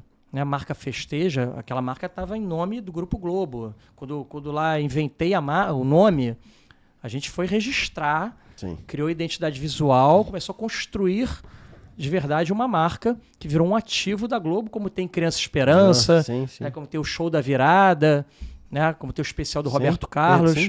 É uma marca, com patrocínios, com patrocinadores, com patrocinadores. Então, criar marcas para o Grupo Globo, para Som Livre e, em consequência disso, para o Grupo Globo, era também um dos objetivos. E, ao mesmo tempo, acho que como terceiro valor, aquilo que eu comentei antes, de gerar um valor adicionado para os artistas e sob o ponto de vista dos empresários deles, para ser mais saudável a nossa relação de utilização das datas e deles verem mais valor na Som Livre como um todo. Sabe? Pô, a Som Livre, para o artista pensar e o empresário pensar o que não estava lá dentro, eu acho que eu vou para a Som Livre sim, porque eles têm todos aqueles valores ali. Tem uma equipe maneira, tem a mídia da TV Globo, que tinha, não tem mais, mas tinha. Tem os festivais que são super legais de participar. Então era uma forma também da gente colocar mais ali um elemento de fortalecimento da empresa. Legal. Né? Então isso tudo fazia parte ali das razões para a gente ter esses festivais. E chegou no ponto, eu falei aqui de marcas Globo, que a gente foi se fortalecendo, mas com a necessidade de crescer mais e da concorrência com o Marquinhos, o lado saudável da concorrência, que ele estava sempre ali perturbando a nossa vida e, ao mesmo tempo, fazendo com que a gente tivesse que, caramba, a gente tem que fazer mais, melhor, tem que buscar outras maneiras de sobreviver e de crescer. E aí a gente buscou uma parceria com um empresário do meio artístico também, que era o principal concorrente do Marquinhos, que era o Vander Oliveira, que empresariava outros grandes artistas que eram todos da Som Livre também, que era Marília Mendonça, que era Maiara Maraíza, Zé Neto Cristiano, Henrique Juliano, eram outros grandes do sertanejo, né, do Brasil, e que a parceria com o Vander possibilitou para a gente fazer frente no line-up com o que o Vila Mix entregava. Né? Que a gente tinha esses artistas do Vander. Tinha os artistas do Marquinho também. Também tinha. E tinha o Luan Santana, que não era de nenhum nem outro, e outros mais, né? Michel Teló, né? E muitos outros. O Wesley Safadão. Então a gente se fortaleceu tanto que a gente virou um especial de final de ano da TV Globo. Em 2015 até 2019, o Festeja, naquela semana ali, perto do especial do Roberto Carlos, passou a ter o Festeja Brasil. Aí ele tinha esse nome quando ele ia pra grade da TV Globo. E durou quanto tempo o Festeja? 5. 5 anos. Ele terminou porque veio a pandemia. Porque 2019 foi o último ano, dezembro de 2019. Sim. 3 meses depois, pandemia. Sim. Teve até recente uma edição Niterói. Teve sim. Não sei se a ideia é continuar. Então, aí, em 2019 foi quando eu saí da Som Livre, né? Que foi o último ano do Festeja. Depois veio pandemia. O Festeja existe dentro da Som Livre. Eu já estou fora de lá há 5 anos, mas eu tenho muita relação com a Som Livre ainda por amizades que permaneceram, de pessoas que estão ainda lá dentro, né? Mas hoje, eu vou chegar lá daqui a pouquinho, onde eu estou trabalhando hoje, a gente se relaciona. Exatamente, né? Falar agora. Vamos falar um pouco do... Porque aí depois, eu saí da Som Livre, né? E aí fui fazer outros caminhos, né? Foi quando eu entrei na Apresenta. Né? Sim, quando a gente se conheceu. Quando a gente se conheceu, que eu fiquei 1 ano ali na Apresenta. Que eu aprendi também pra caramba, porque aí só craque, né? Alanzinho, tá aqui, nosso Alan Santana, craque. Duda Magalhães, craque. Luiz Justo, craque. Pedro Guimarães, craque. Né? A Roberta, craque. Roberta Kelab, craque. Da Backstage. Só craque. Abel Gomes. Alan Adler. Né? Bernardo Amaral. Assim, isso aí. Duda Magalhães. Então, assim, Claudinho, Rocha Miranda. Não tinha como não aprender muito ali, né? Eu não entrei com oportunidade. Não, era como derivada. Bernardo Amaral. E aprender muito ali. Aprendi, de fato, com esses craques todos durante 1 ano ali. Você ficou como diretor de projetos? De projetos especiais, né? E que tinham vários planos pela frente, mas tinha que fazer um primeiro. E esse primeiro foi o nosso Apresenta Rio Summit. Isso aí. Né, que foi ali no Fairmont, recém-inaugurado, que a gente juntou, né, o trade todo, né, o poder público, né, 2 dias ali. Foi muito legal. Foi muito legal. Ficou foi alto incrível. Nível, assim, foi um trabalho que me deu muito prazer de fazer, porque eu fiquei responsável direto por produzir o congresso, né? Só que não foi liderar o processo de produção. Só que eu contei com vocês, exatamente com vocês, para a coisa acontecer, né? Exatamente. Porque os associados da Apresenta, e o Pedro Guimarães, que era ainda é o diretor-presidente e meu chefe na época, né? Mas quem botou a mão na massa, além de eu mesmo e do Pedro, foram os associados da Apresenta, como o Alan, que entregaram tempo, estrutura, espaço físico para a gente fazer reunião. A gente cansou de fazer reunião. Sim. Né, lá no escritório. Na tua empresa. Guilhermina Guinle, né? Guinle. Agora a gente está na Barra, mas na época era Guilhermina Guinle e Botafogo. Exatamente. Fazemos reuniões ou lá, ou na SR Com do Abel, ou na Artplan do Duda. Eram os nossos QGs. Isso aí. Né? E todos os associados ali que se envolveram, cada um entregando um valor ali, além das reuniões. Então, o som no dia do congresso era de um dos associados, a luz de outro, e assim foi. Eu fiquei esse ano lá na Apresenta, aí veio a pandemia e quando no meio do ano de 2020 eu recebi o convite mais inusitado da minha vida, que foi venha para Brasília. Assim, como assim venha para Brasília? Né? Eu recebi esse convite para assumir como secretário nacional do audiovisual, quando eu estava na Apresenta ali no meio da pandemia. E aí eu, assim, o que eu faço, né? Eu tenho gêmeos que agora tem 6 anos, na época eles tinham 2. Eu lembro. Caramba, cara, eu vou para Brasília, mas acabei resolvendo ir porque era uma oportunidade também de um novo grande aprendizado. Desafio gigante. Desafio gigante, poder público, né? Poder público, que eu não sabia nada. Não sabia nada de poder público. Tava começando a ter alguma noção ali, por causa da Apresenta. O Melo também já teve esse desafio. Já tive esse desafio, já. Não, a administração pública federal, no meio ali de uma guerra que havia, né? Sim. Vamos falar claramente política, aqui, né? Uma guerra que havia do governo federal com muita gente do setor cultural. E eu fui para lá para entrar no meio disso, mas com um pensamento muito claro. Eu sou um representante do setor do entretenimento, né? Eu vou lá porque eu quero ajudar a tentar melhorar as relações entre os dois lados. Né? Eu vou fazer o que eu puder para ajudar nisso. Você era um técnico, não um político. Exatamente. Né? Eu era um técnico. Boa, Melo. Exatamente isso. E tentei ajudar. Fiquei quase 1 ano e meio lá, num ambiente assim, abrasivo, arriscado, mas de muito, muito aprendizado. Eu aprendi muito sobre o setor audiovisual, que não era a minha praia, né? Eu era da indústria da música. Sim. Mas no sentido mais amplo, eu era da indústria do entretenimento, né? Que tá lá, que o audiovisual tá dentro também, né? Então eu estava ali próximo, né? Mas conheci muita gente diferente do audiovisual, né? A turma dos festivais de cinema, né? Das distribuidoras de filmes, produtores, exibidores. Falava com essa turma toda. Cumpri meu ciclo, que era o tempo que eu achava que era para ficar. Voltei para o Rio e aí reabri meu leque de relacionamentos. Entrei em contato com Duda Magalhães, né? Porque eu mandei uma mensagem para ele dizendo: Duda, estou voltando para o Rio.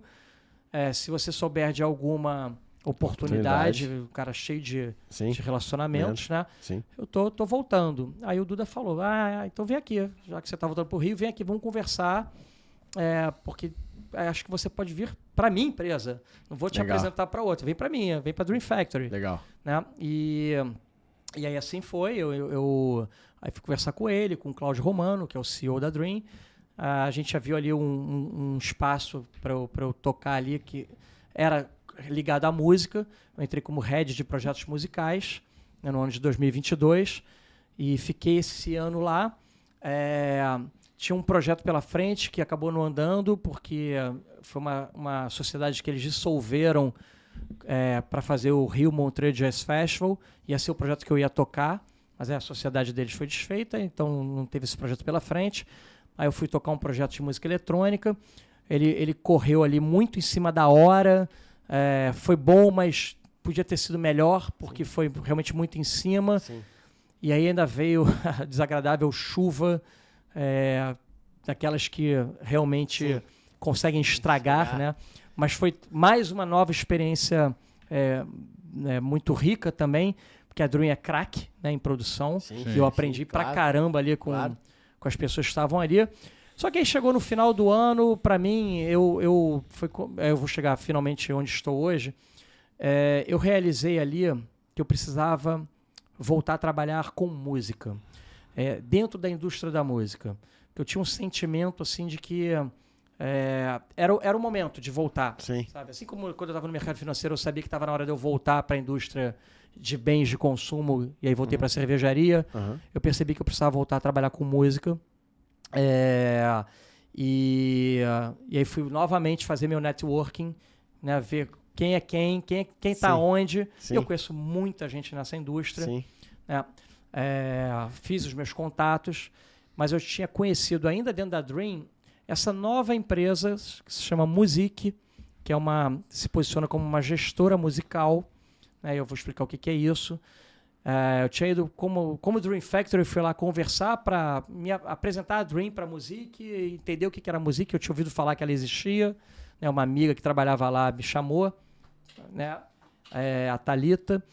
E aí, quando eu cheguei na Music, foi em setembro de 2023, e fui conhecer as pessoas lá dentro, conhecer a empresa, eu me encantei com a Music, me encantei. Eu adorei tudo que eu vi ali dentro, adorei as pessoas, os sócios, a maneira como a empresa trabalhava, mas eu guardei aquilo comigo, porque eu trabalhava na Dream Factory na época. Eu falei, cara, eu pensei assim, se um dia eu sair da Dream, esse é um lugar que eu posso... Me identifico. Me identifico. Posso trabalhar. Posso bater a porta um dia ali. Claro. Aconteceu exatamente isso. Um dia eu já não estava mais na Dream, foi quando eu fui fazer meu networking novamente, e lembrei da Music, peguei o telefone de um dos sócios, com a Thalita novamente, Humberto Tavares, que é o produtor musical. E aí, Humberto, lembra de mim? Estive aí. Um cara que é um wise aí, né, na indústria da música, assim. Um dos maiores produtores musicais. Ajudou muito ali no início da carreira da Anitta. Totalmente. Ali, né? Anitta, Ludmilla e tantos outros nomes, né? Belo. Não, ele realmente fez a Anitta estourar. Show das Poderosas. Exatamente. Estourou a Anitta. É dele. É dele. E várias outras. Acompanho, assim, sempre acompanhei. Bang, Zen, que é tudo Humberto, e do Jefferson Júnior, que é o sócio dele. E muitas outras. Ele é um mago da produção musical e da composição. Mandei mensagem para o Humberto e falei, Humberto, lembra de mim? Estive aí há alguns meses. Enfim, saí da Dream e estou querendo voltar para a indústria da música e estou querendo trabalhar aí. O que você acha disso? Aí ele gostou da minha abordagem, e falou, cara, vamos conversar, vamos embora conversar. A gente começou a conversar e comecei a ir lá na Music, no estúdio, que fica em Jacarepaguá, apesar de a gente ter outros endereços. E fomos achando o espaço. Qual seria o meu espaço ali? Depois de uns 3 meses de conversa, eles me botaram... O Humberto também chamou para conversa o outro sócio, que é o cara que veio do mercado financeiro. E a gente achou o meu espaço. O que é a Music? Music foi criada pelo Humberto Tavares e pelo Jefferson Júnior, por um lado, como os caras da música. E a Juliana Mello, que era sócia da Camila Fialho, lá atrás na K2L, né? Eu contratei muito show com a Juliana Mello. Com a Ju. Muito show do Sapão. Eu acho que eu também. Na minha antiga agência. Exatamente. Foi assim, mas muito, muito mesmo. Craque. Um beijo pra ela, quem lidava mais com ela era o meu antigo sócio, mas... Ela é craque também. Craque. Então, feríssimo. Do lado da música, era Humberto Tavares, Jefferson Júnior e Juliana Mello. E do lado do mercado financeiro, 2 caras que eram sócios da XP, Daniel Lemos e Gabriel Bozelli. Por que esses caras entraram nessa vida? E a gente tem ouvido aí, de fundos de investimento, comprando catálogo e cada vez mais esse movimento. Show. Sim. O Daniel Lemos, ele era um cara de mercado financeiro com uma longa trajetória já, foi pactual 7 anos, foi para outros bancos, e num determinado momento ele entrou na XP. Né? Entrou, cresceu rápido, cresceu muito, virou terceiro principal sócio da XP, virou CEO da XP, assim, então cresceu demais, né? Sim. Só que teve um momento ali que para ele já não fazia mais sentido, né? A XP já tinha sido até vendida para o Itaú, 50% do capital, né? Depois recomprou e tal, mas o Daniel saiu da XP. Sim. E aí ele quis montar uma nova empresa de administração de recursos, mas entrar em outro setor da economia também. Ele começou a estudar que setor seria esse, aí identificou que música estava novamente crescendo, né, o setor da música no Brasil, no mundo todo e no Brasil também. E aí ele se interessou por música, né, por trabalhar nesse setor. Só que ele não conhecia ninguém. E ele foi pesquisar também pessoas da música. Quem é quem? E ele descobriu o tal do Humberto Tavares, conseguiu chegar no Humberto, conversaram, se entenderam super bem, dois mundos inicialmente distantes, né? Mas se entenderam bem e resolveram criar a Musique. Né? Quando eu fui lá em setembro, como eu falei, né, pela Dream Factory, o Daniel estava lá também e tal, eu me encantei porque eu vi esses dois mundos juntos. Porque eu vi o mundo da música, da produção musical, né, um estúdio ali com 6 salas bombando, cheio de gente trabalhando na produção musical ali. Fiquei encantado com aquilo tudo, mas tinha esse lado da gestão empresarial ali que vinha do Daniel Lemos, muito sólido, muito forte. Então a empresa nasceu toda bem arrumada. E o Daniel é ativo na operação? Como é que ele Ele é CEO da Musique. Tá. Ele ficou Bacana. como CEO. Legal. E ele é CEO da empresa financeira que fica lá na Faria Lima, fica em São Paulo, que se chama Risa Asset Management. Ele é CEO das duas, mas ele é muito ativo dentro da Musique. Ele hoje, 3 anos depois, ele conhece música pra caramba. Conhece muito da indústria da música, porque é um cara que tem, né, capacidade de aprender rápido e muito.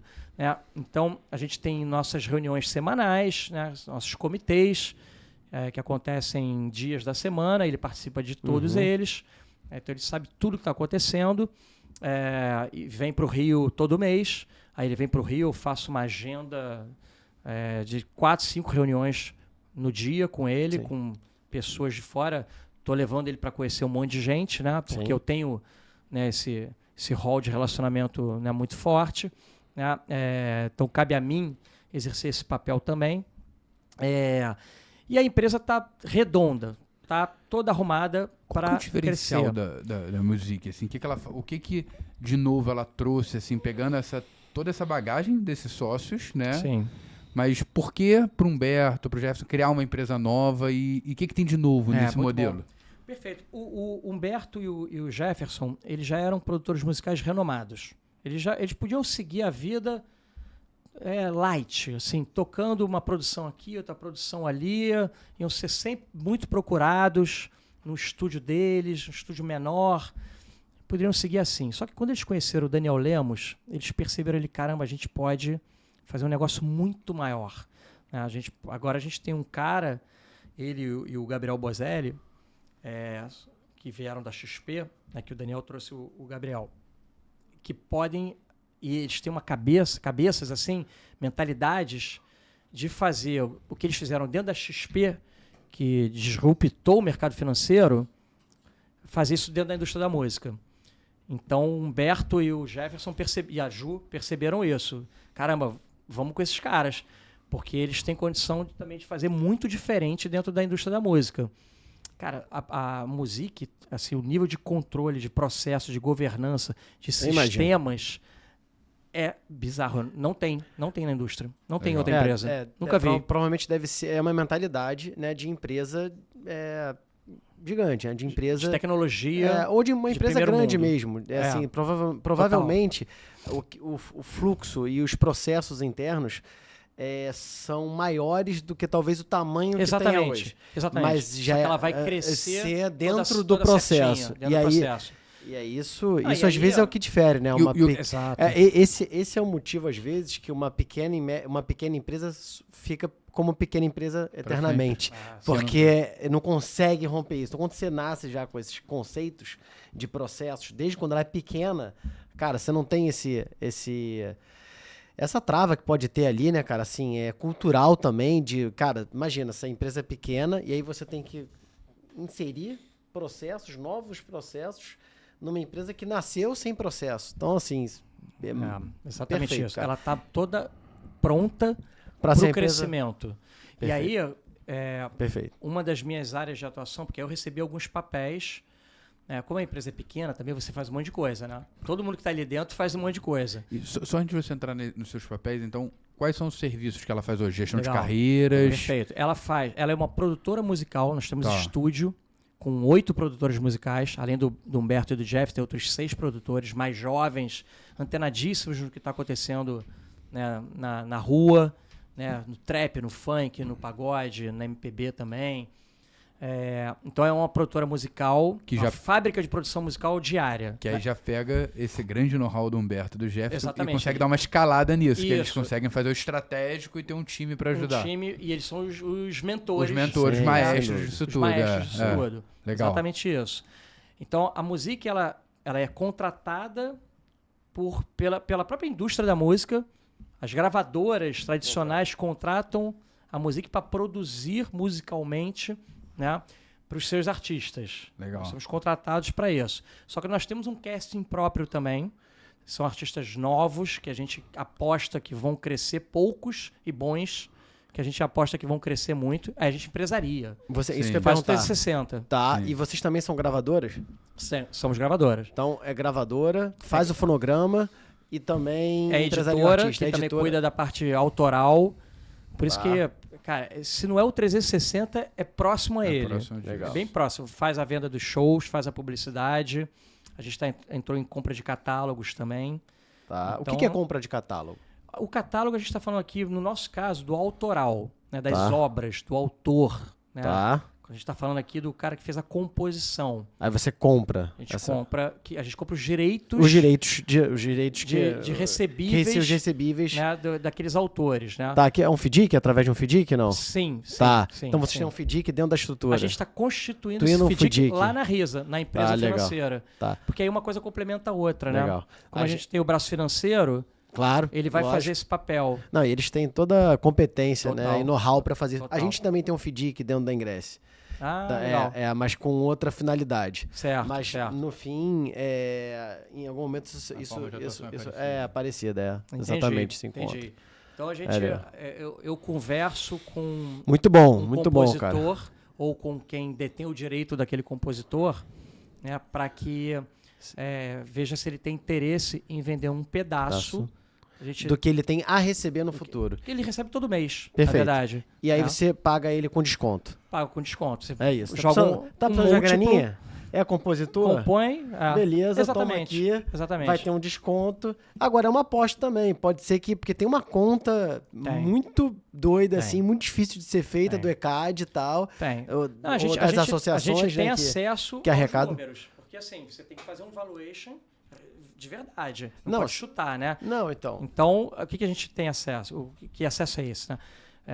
O compositor, ele recebe por duas vias, né? O que a gente chama de execução pública e os de royalties digitais. Antigamente era o royalties que vinha da venda do CD e do DVD. Exato. Né? Hoje é o digital. Majoritariamente.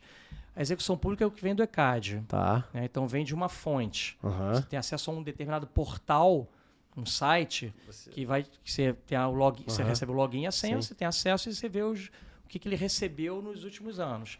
E tem a parte que vem da editora musical. Você ancora esses últimos anos para poder projetar. Mas que não é necessariamente certeza de que vai ser. É só uma média. Claro, vocês que aí tem tipos de autores diferentes, né? Tem aqueles que são... cara, é quase que linear. Salvo algum efeito que normalmente é positivo quando acontece, que dá um salto na curva no mês. Sim. Tem autores que é sempre mais ou menos aquilo ali que dá todo mês. Né? Não é fixo, mas é por ali. Você olha 10 anos para trás, olha 5 anos para trás, você vê que não varia. Tá. Mas tem autores que têm alguns picos maiores, porque acontece alguma coisa, tipo... Entra uma música numa publicidade que vai gerar um outro dinheiro, né? Entra em novela. Legal. Enfim, aí tem alguns elementos ali que podem exercer uma variação. Né? Autores mais antigos costumam ter uma curva mais estável. Né? Se você for um autor de funk, talvez seja assim, né? com picos e vales mais acentuados. Então, no caso de catálogo, a gente também tá ali. Eu tenho um dos meus papéis olhar para isso, mas eu cuido assim, a gente chama ele de relacionamentos institucionais, porque eu tenho muito contato no mercado. Então, quando a gente olha para o mercado como um todo, quem são os parceiros que a gente pode chegar para buscar maneiras da gente se complementar? o que uma gravadora tradicional não faz que a gente faz? Porque tem, né? A gente produz músicas, nós somos produtores musicais, por exemplo, a gente faz isso que uma Som Livre não faz. Som Livre não produz música, não tem estúdio próprio. Então a gente pode conseguir achar uma maneira de complementar as atividades de uma com a outra. E ela faz coisas que a gente também não faz. Isso pode até no nível de sociedade mesmo. A gente está olhando para o mercado de uma forma a buscar, a ver se existem possibilidades da gente fazer um processo de compra, de venda. Ou joint venture. Uma joint venture. Sim. Isso tudo tá como possibilidades para frente. No ecossistema como um todo. Sim. Porque tem aqueles que são grandes produtores de eventos que estão num pedaço do ecossistema. Tem as gravadoras tradicionais que se relacionam com os artistas. A gente faz produção musical dentre outras coisas. Então, cada um tem tiqueteiras. Né? Cada um está num pedaço da história que é complementar ao outro. Sim. Né? E a gente não vai querer pegar tudo nunca, mas poder... Mas existe, isso está na mesa. Live Nation, por exemplo. Tudo está na mesa. Tudo está na mesa. E a gente está olhando para tudo mesmo. Sim, legal. Porque aí tem o lado nosso, o lado financeiro, lá da Risa, da Faria Lima, né? Que não é que eles estão com dinheiro sobrando para investir, não, mas eles têm facilidade de captar recursos. Tem muita competência para captar recursos para poder investir nos negócios que a gente na Music possa trazer. Tá? Então eu tenho esse papel de gerar esses negócios com o mercado externo, de gerar com o mercado, né? Com o mercado ao nosso redor. Eu também exerço o papel de gerar negócios para o estúdio diretamente, de produção musical para o estúdio, que eu sou do artístico também. Então eu tenho que identificar que tem um artista da gravadora tal que pode ser interessante de gravar com a gente, de ter uma produção musical para um novo projeto que ele vai lançar. Esse tipo de projeto eu cuido também. Você está lá quase um ano. E como é que tá lá, então? Tá bem legal? Tá super bem, cara. Legal. Tá super bem e com esses potenciais todos para a gente se expandir e continuar crescendo ano após ano. Organicamente, pelo próprio crescimento e também por meio dessas possíveis parcerias. Sejam joint ventures, seja processo de M&A, de fusão e aquisição. Vai crescer certamente das duas maneiras. Orgânico ou inorgânico. Exatamente.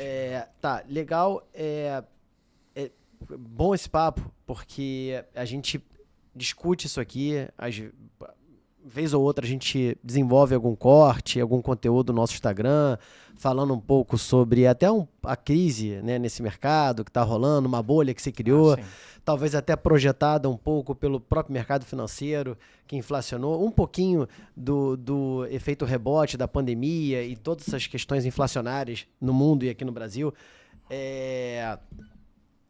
Mas o que a gente tem visto... e a gente está olhando também para tudo, cara, tá tendo um pouco de verticalização, né? A gente cada vez mais vê o empresário sendo produtor, ou produtor sendo empresário de artista e desenvolvendo labels pares, né? E eventualmente verticalizando, adquirindo um fornecedor, e até por essa questão inflacionária aí do alto custo dos fornecedores também, não só o alto custo dos artistas. Inflacionou muito. Mas, cara, muito legal.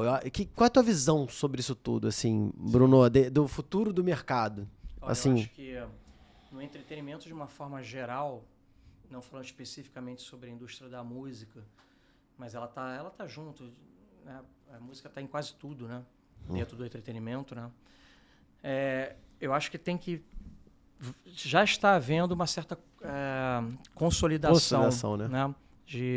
Porque expandiu demais, surgiu player demais, nada contra, né? A própria Music foi um novo player. Claro. Né? Então, tem quantos anos a Music? 3. Legal. É um bebê. É um bebê que vem com um time muito forte, com um time muito experiente, exato. E tem pessoas novas também, porque tem que ter. Novas e muito boas. Né? Sim. Tem uma turma jovem ali que não chegou aos 30, que eu fico impressionado. Legal, impressionado da capacidade que tem. Mas eu acho que essa consolidação ela está acontecendo já e vai se intensificar. Acho que dentro de todo esse ecossistema que a gente estava falando. Aconteceu, por exemplo, da Ingresse com o Ingresso Certo, né? Exato. De um lado aqui da, Sim. da indústria. Foi o primeiro movimento até da Ingresse com a gente, mas esse é um movimento que acaba sendo referência. Sim. E outros players vão fazer movimentos semelhantes em outras indústrias. Exatamente. Em outros setores. E eu acho que no mundo das distribuidoras digitais, porque hoje tem isso muito grande, né? Tá muito grande na indústria isso, da música, né? Muito grande isso. Tem as gravadoras tradicionais, que são chamadas de gravadoras ainda mesmo não gravando efetivamente, não tendo estúdio, né? Mas permaneceu o termo gravadora. Elas passaram a conviver com outras empresas dentro da indústria da música, que são as chamadas distribuidoras digitais, né, que se diferenciam das gravadoras em alguns aspectos, mas vieram muitas para o Brasil e no mundo tem muitas. E eu não sei até que ponto que vai haver espaço para tantas. Então, acho que é bem possível que hajam compras, hajam fusões dentro desse mercado. Na produção de evento, a mesma coisa. Me parece também que se expandiu demais produção de eventos, de festas, né, de festivais. Chegou um ponto que ficou assim, caramba, mas aí... Falta ingresso, né? O público falta dinheiro, falta patrocinador. Muita gente fazendo, pouca gente comprando. Sem dúvida. Agora, a consolidação, acho que é um processo natural que vai acontecer, mas não é que tá ruim, não. O mercado tá bom. Na verdade, é uma dinâmica. É uma dinâmica. É um ciclo. Foi quando foi quinta-feira, Rio de Janeiro, vou de Rio. Quinta-feira eu fui no... Semana passada teve o Rio Innovation Week. Pô, cara, queria muito ter ido, mas toma muito tempo, né? Toma muito tempo, Eu fui, fiquei impressionado. Você foi, Melo? Boa, cara, boa. Impressionado.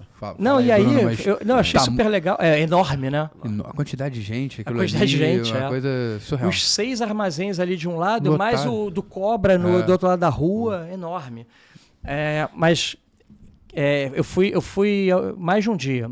Fui 3 dias, não fiquei os dias inteiros lá, porque não dá. Apesar de ter o celular, te ajuda a trabalhar, né, em qualquer lugar. Você tá sempre trabalhando. Não, lá no Rio Innovation eu fiz call, fiz videoconferência com o celular, achava um cantinho ali e fazia. Tinha que trabalhar também normalmente, né? Mas estou fazendo esse comentário pelo seguinte, eu saí na quinta-feira do Rio Innovation Week e fui direto para a abertura do Rio Gastronomia, que começou quinta passada. Né? Sair de um rio alguma coisa para um rio outra coisa.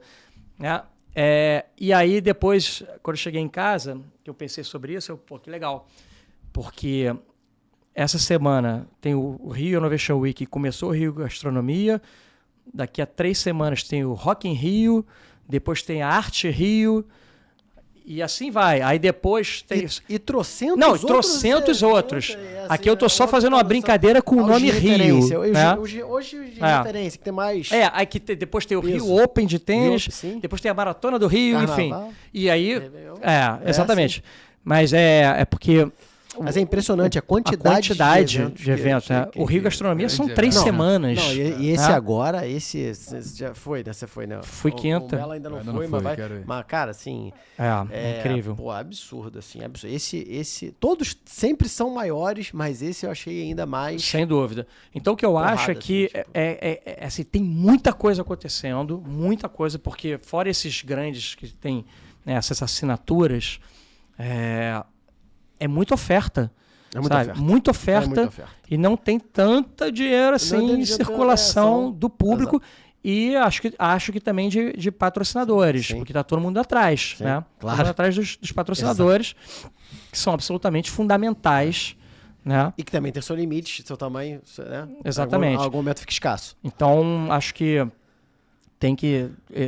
essa consolidação vai acontecendo, mas acho que é bom, o mercado está bom, tem emprego rolando, tem oportunidade de emprego, também acho que tem bastante, né, nesse setor, no nosso setor, né, do entretenimento, e que eu acho que está se profissionalizando pra caramba, e as iniciativas acadêmicas, eu acho que são fundamentais.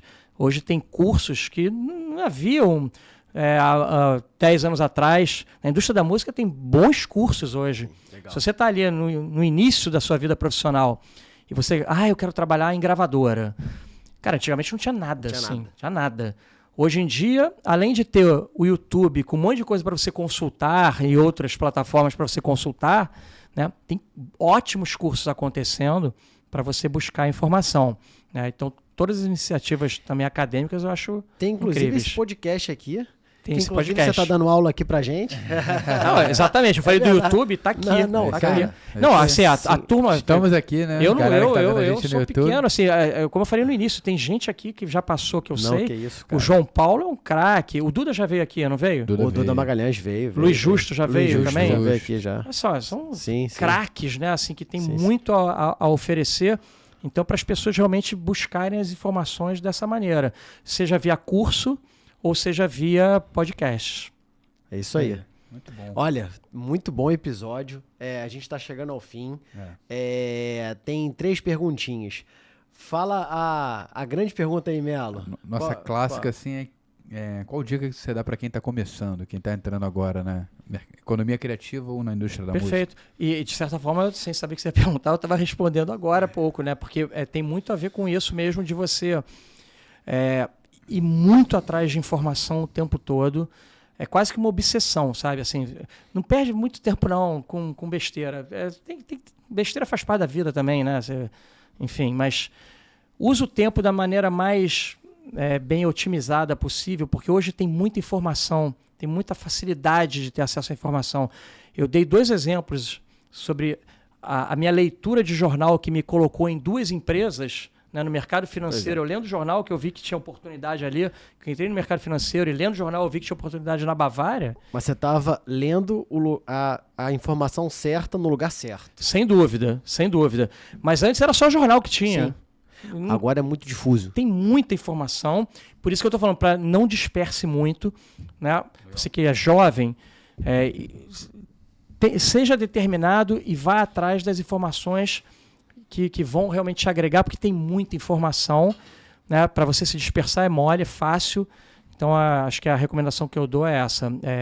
Vá atrás da informação com foco, com aquele objetivo que você traçou e tente fazer isso diariamente, se possível. Separa um pedaço do dia, como se havia antes o hábito de ler jornal, que eu acho que hoje tem muito pouco, usa direcionadamente para aquilo que você quer. Que tem informação, tem. Tá bom? Dica de um livro e quem que você gostaria de ver aqui, no seu lugar? Tá, legal. Dica de livro, inevitavelmente eu puxo para música, e aí eu sugiro que as pessoas leiam qualquer livro que o Nelson Motta escreveu, porque é maravilhoso. Peguei um livro dele esse final de semana para ler.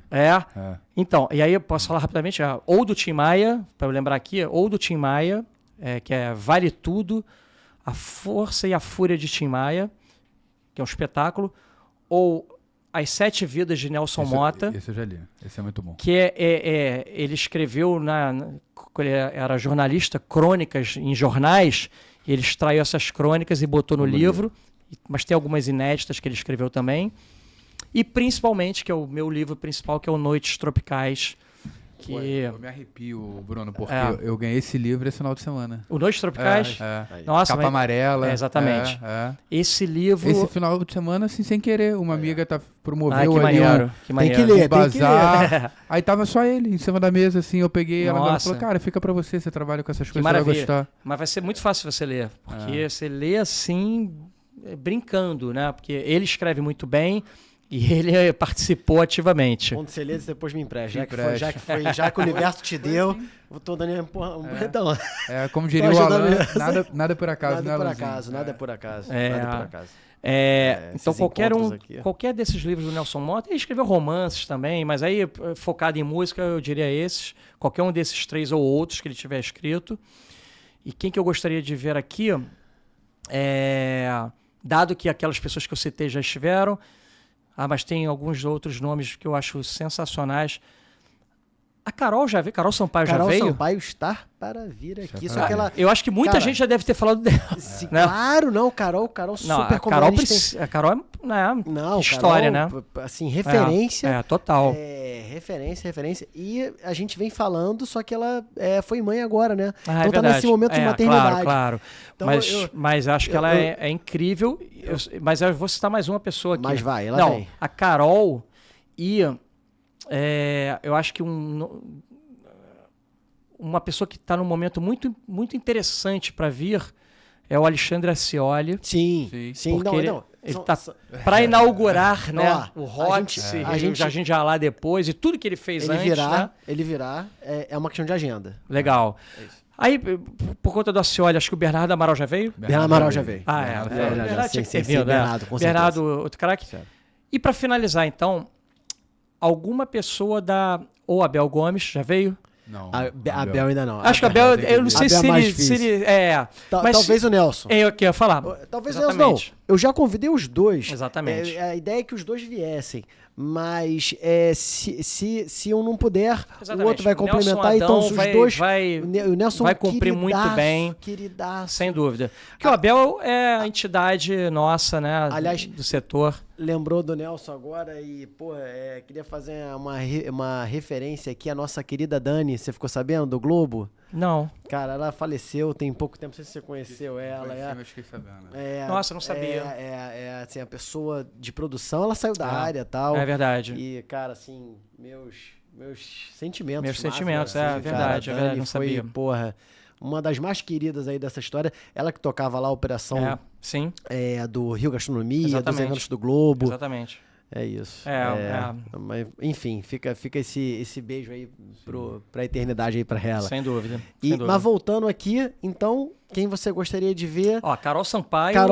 Representando as mulheres. Acho que e a Ascioli, tá excelente. E a Ascioli. É isso aí, perfeito. Muito grandes bom. Nomes que... do entretenimento e, em particular, da nossa cidade, né? Da nossa cidade, que tanto já fizeram e querem continuar fazendo. Isso. O Ascioli vai fazer por mais 30, 40 anos. Se deixar, ele vai fazer. Sim. Muito e bom. ela também. Eu vi a última reportagem dele e muito bom. Tem um trecho que ele fala... ele estava conversando com o sócio dele e tal. Não, mas, você tá com 50 e alguma coisa, vai fazer 60 anos. Tá na hora de desacelerar. Vai. Aí ele... foi pra casa, eu li essa matéria, né? Foi pra casa, pensou um pouco, ele falou, meu irmão, realmente, 60 anos eu vou ter mais tanto tempo de vida, né? Assim, numa teoria, numa média, né? Sei lá, mais 20 anos bem, né? Uns 80. Tá na hora de acelerar. Tá na hora de acelerar. Agora é que eu vou acelerar, porque tá acabando. Isso é maravilhoso. Né? De fazer os melhores anos, os próximos, né? De serem... Vou fazer, porque a hora é essa. Olha só, eu penso exatamente assim. Exatamente assim. E, cara, é verdade que o trabalho é o tesão da nossa vida. Essa que é a verdade. Se a gente parar, ficar no ostracismo ou ficar enfim... ferrou. Se aposentar não existe, né, cara? Mas eu acho que todos nós aqui, nós três aqui já fizemos bastante, né? Mas o que a gente fez até agora é o estofo ali... para a gente agora fazer o melhor possível. É isso aí. Serem os melhores anos das nossas vidas. É isso aí. Concordo plenamente. Das vidas profissionais, no mínimo. No mínimo. É isso aí. Muito bom. Sensacional, hein? Foi ótimo. Obrigado. Bruno. Muito bom. Muito bom pra mim. Foi excelente. Poder falar, né? Acho que a gente falou de tudo. Falamos desde o colégio. E olha que é bastante coisa. Foi muito bom. Merece aqui você voltar aqui depois. Depois talvez eu para outras coisas. Aí a gente faz um só de causos, assim, pra ouvir todos os causos aí que você tem. Sim. Muitos. Tem um monte. Muito bom, muito bom. Obrigado. Obrigado, Bruno. Galera. Mais um episódio. Né? Concluído com sucesso. Acompanha a gente aí, Instagram, TikTok, WhatsApp, YouTube, Spotify. Sigam lá, muito importante pra gente, né, Alanzinho? Isso aí. E agora a gente estamos aí, em Vias de Fatos, fazendo a nossa primeira mentoria. É isso aí. Olha. Isso aí. Com tanto que a gente vem aprendendo aqui, né, com tanta informação, com toda a nossa trajetória também de mais de 20 anos, tá na hora da gente, sintetizar isso num conteúdo e poder dividir. E estamos preparando tudo com muito cuidado, vai ficar sensacional, gente. E assim, o legal dessa mentoria, eu tenho certeza disso, que ela vai, na verdade, ser um objeto de conexão com esse mercado. A gente vai trazer pessoas que querem se conectar para esse mercado e vamos conectá-las. Não tenho dúvida que essas pessoas alguma dessas pessoas vão se tornar relacionamento, quem sabe poder trabalhar junto com a gente e trazer mais pessoas e fazer essa história, essa roda girar ainda mais. É isso aí. Né? Muito bom. Bom, meu negócio é diversão. Valeu, galera. Vamos lá.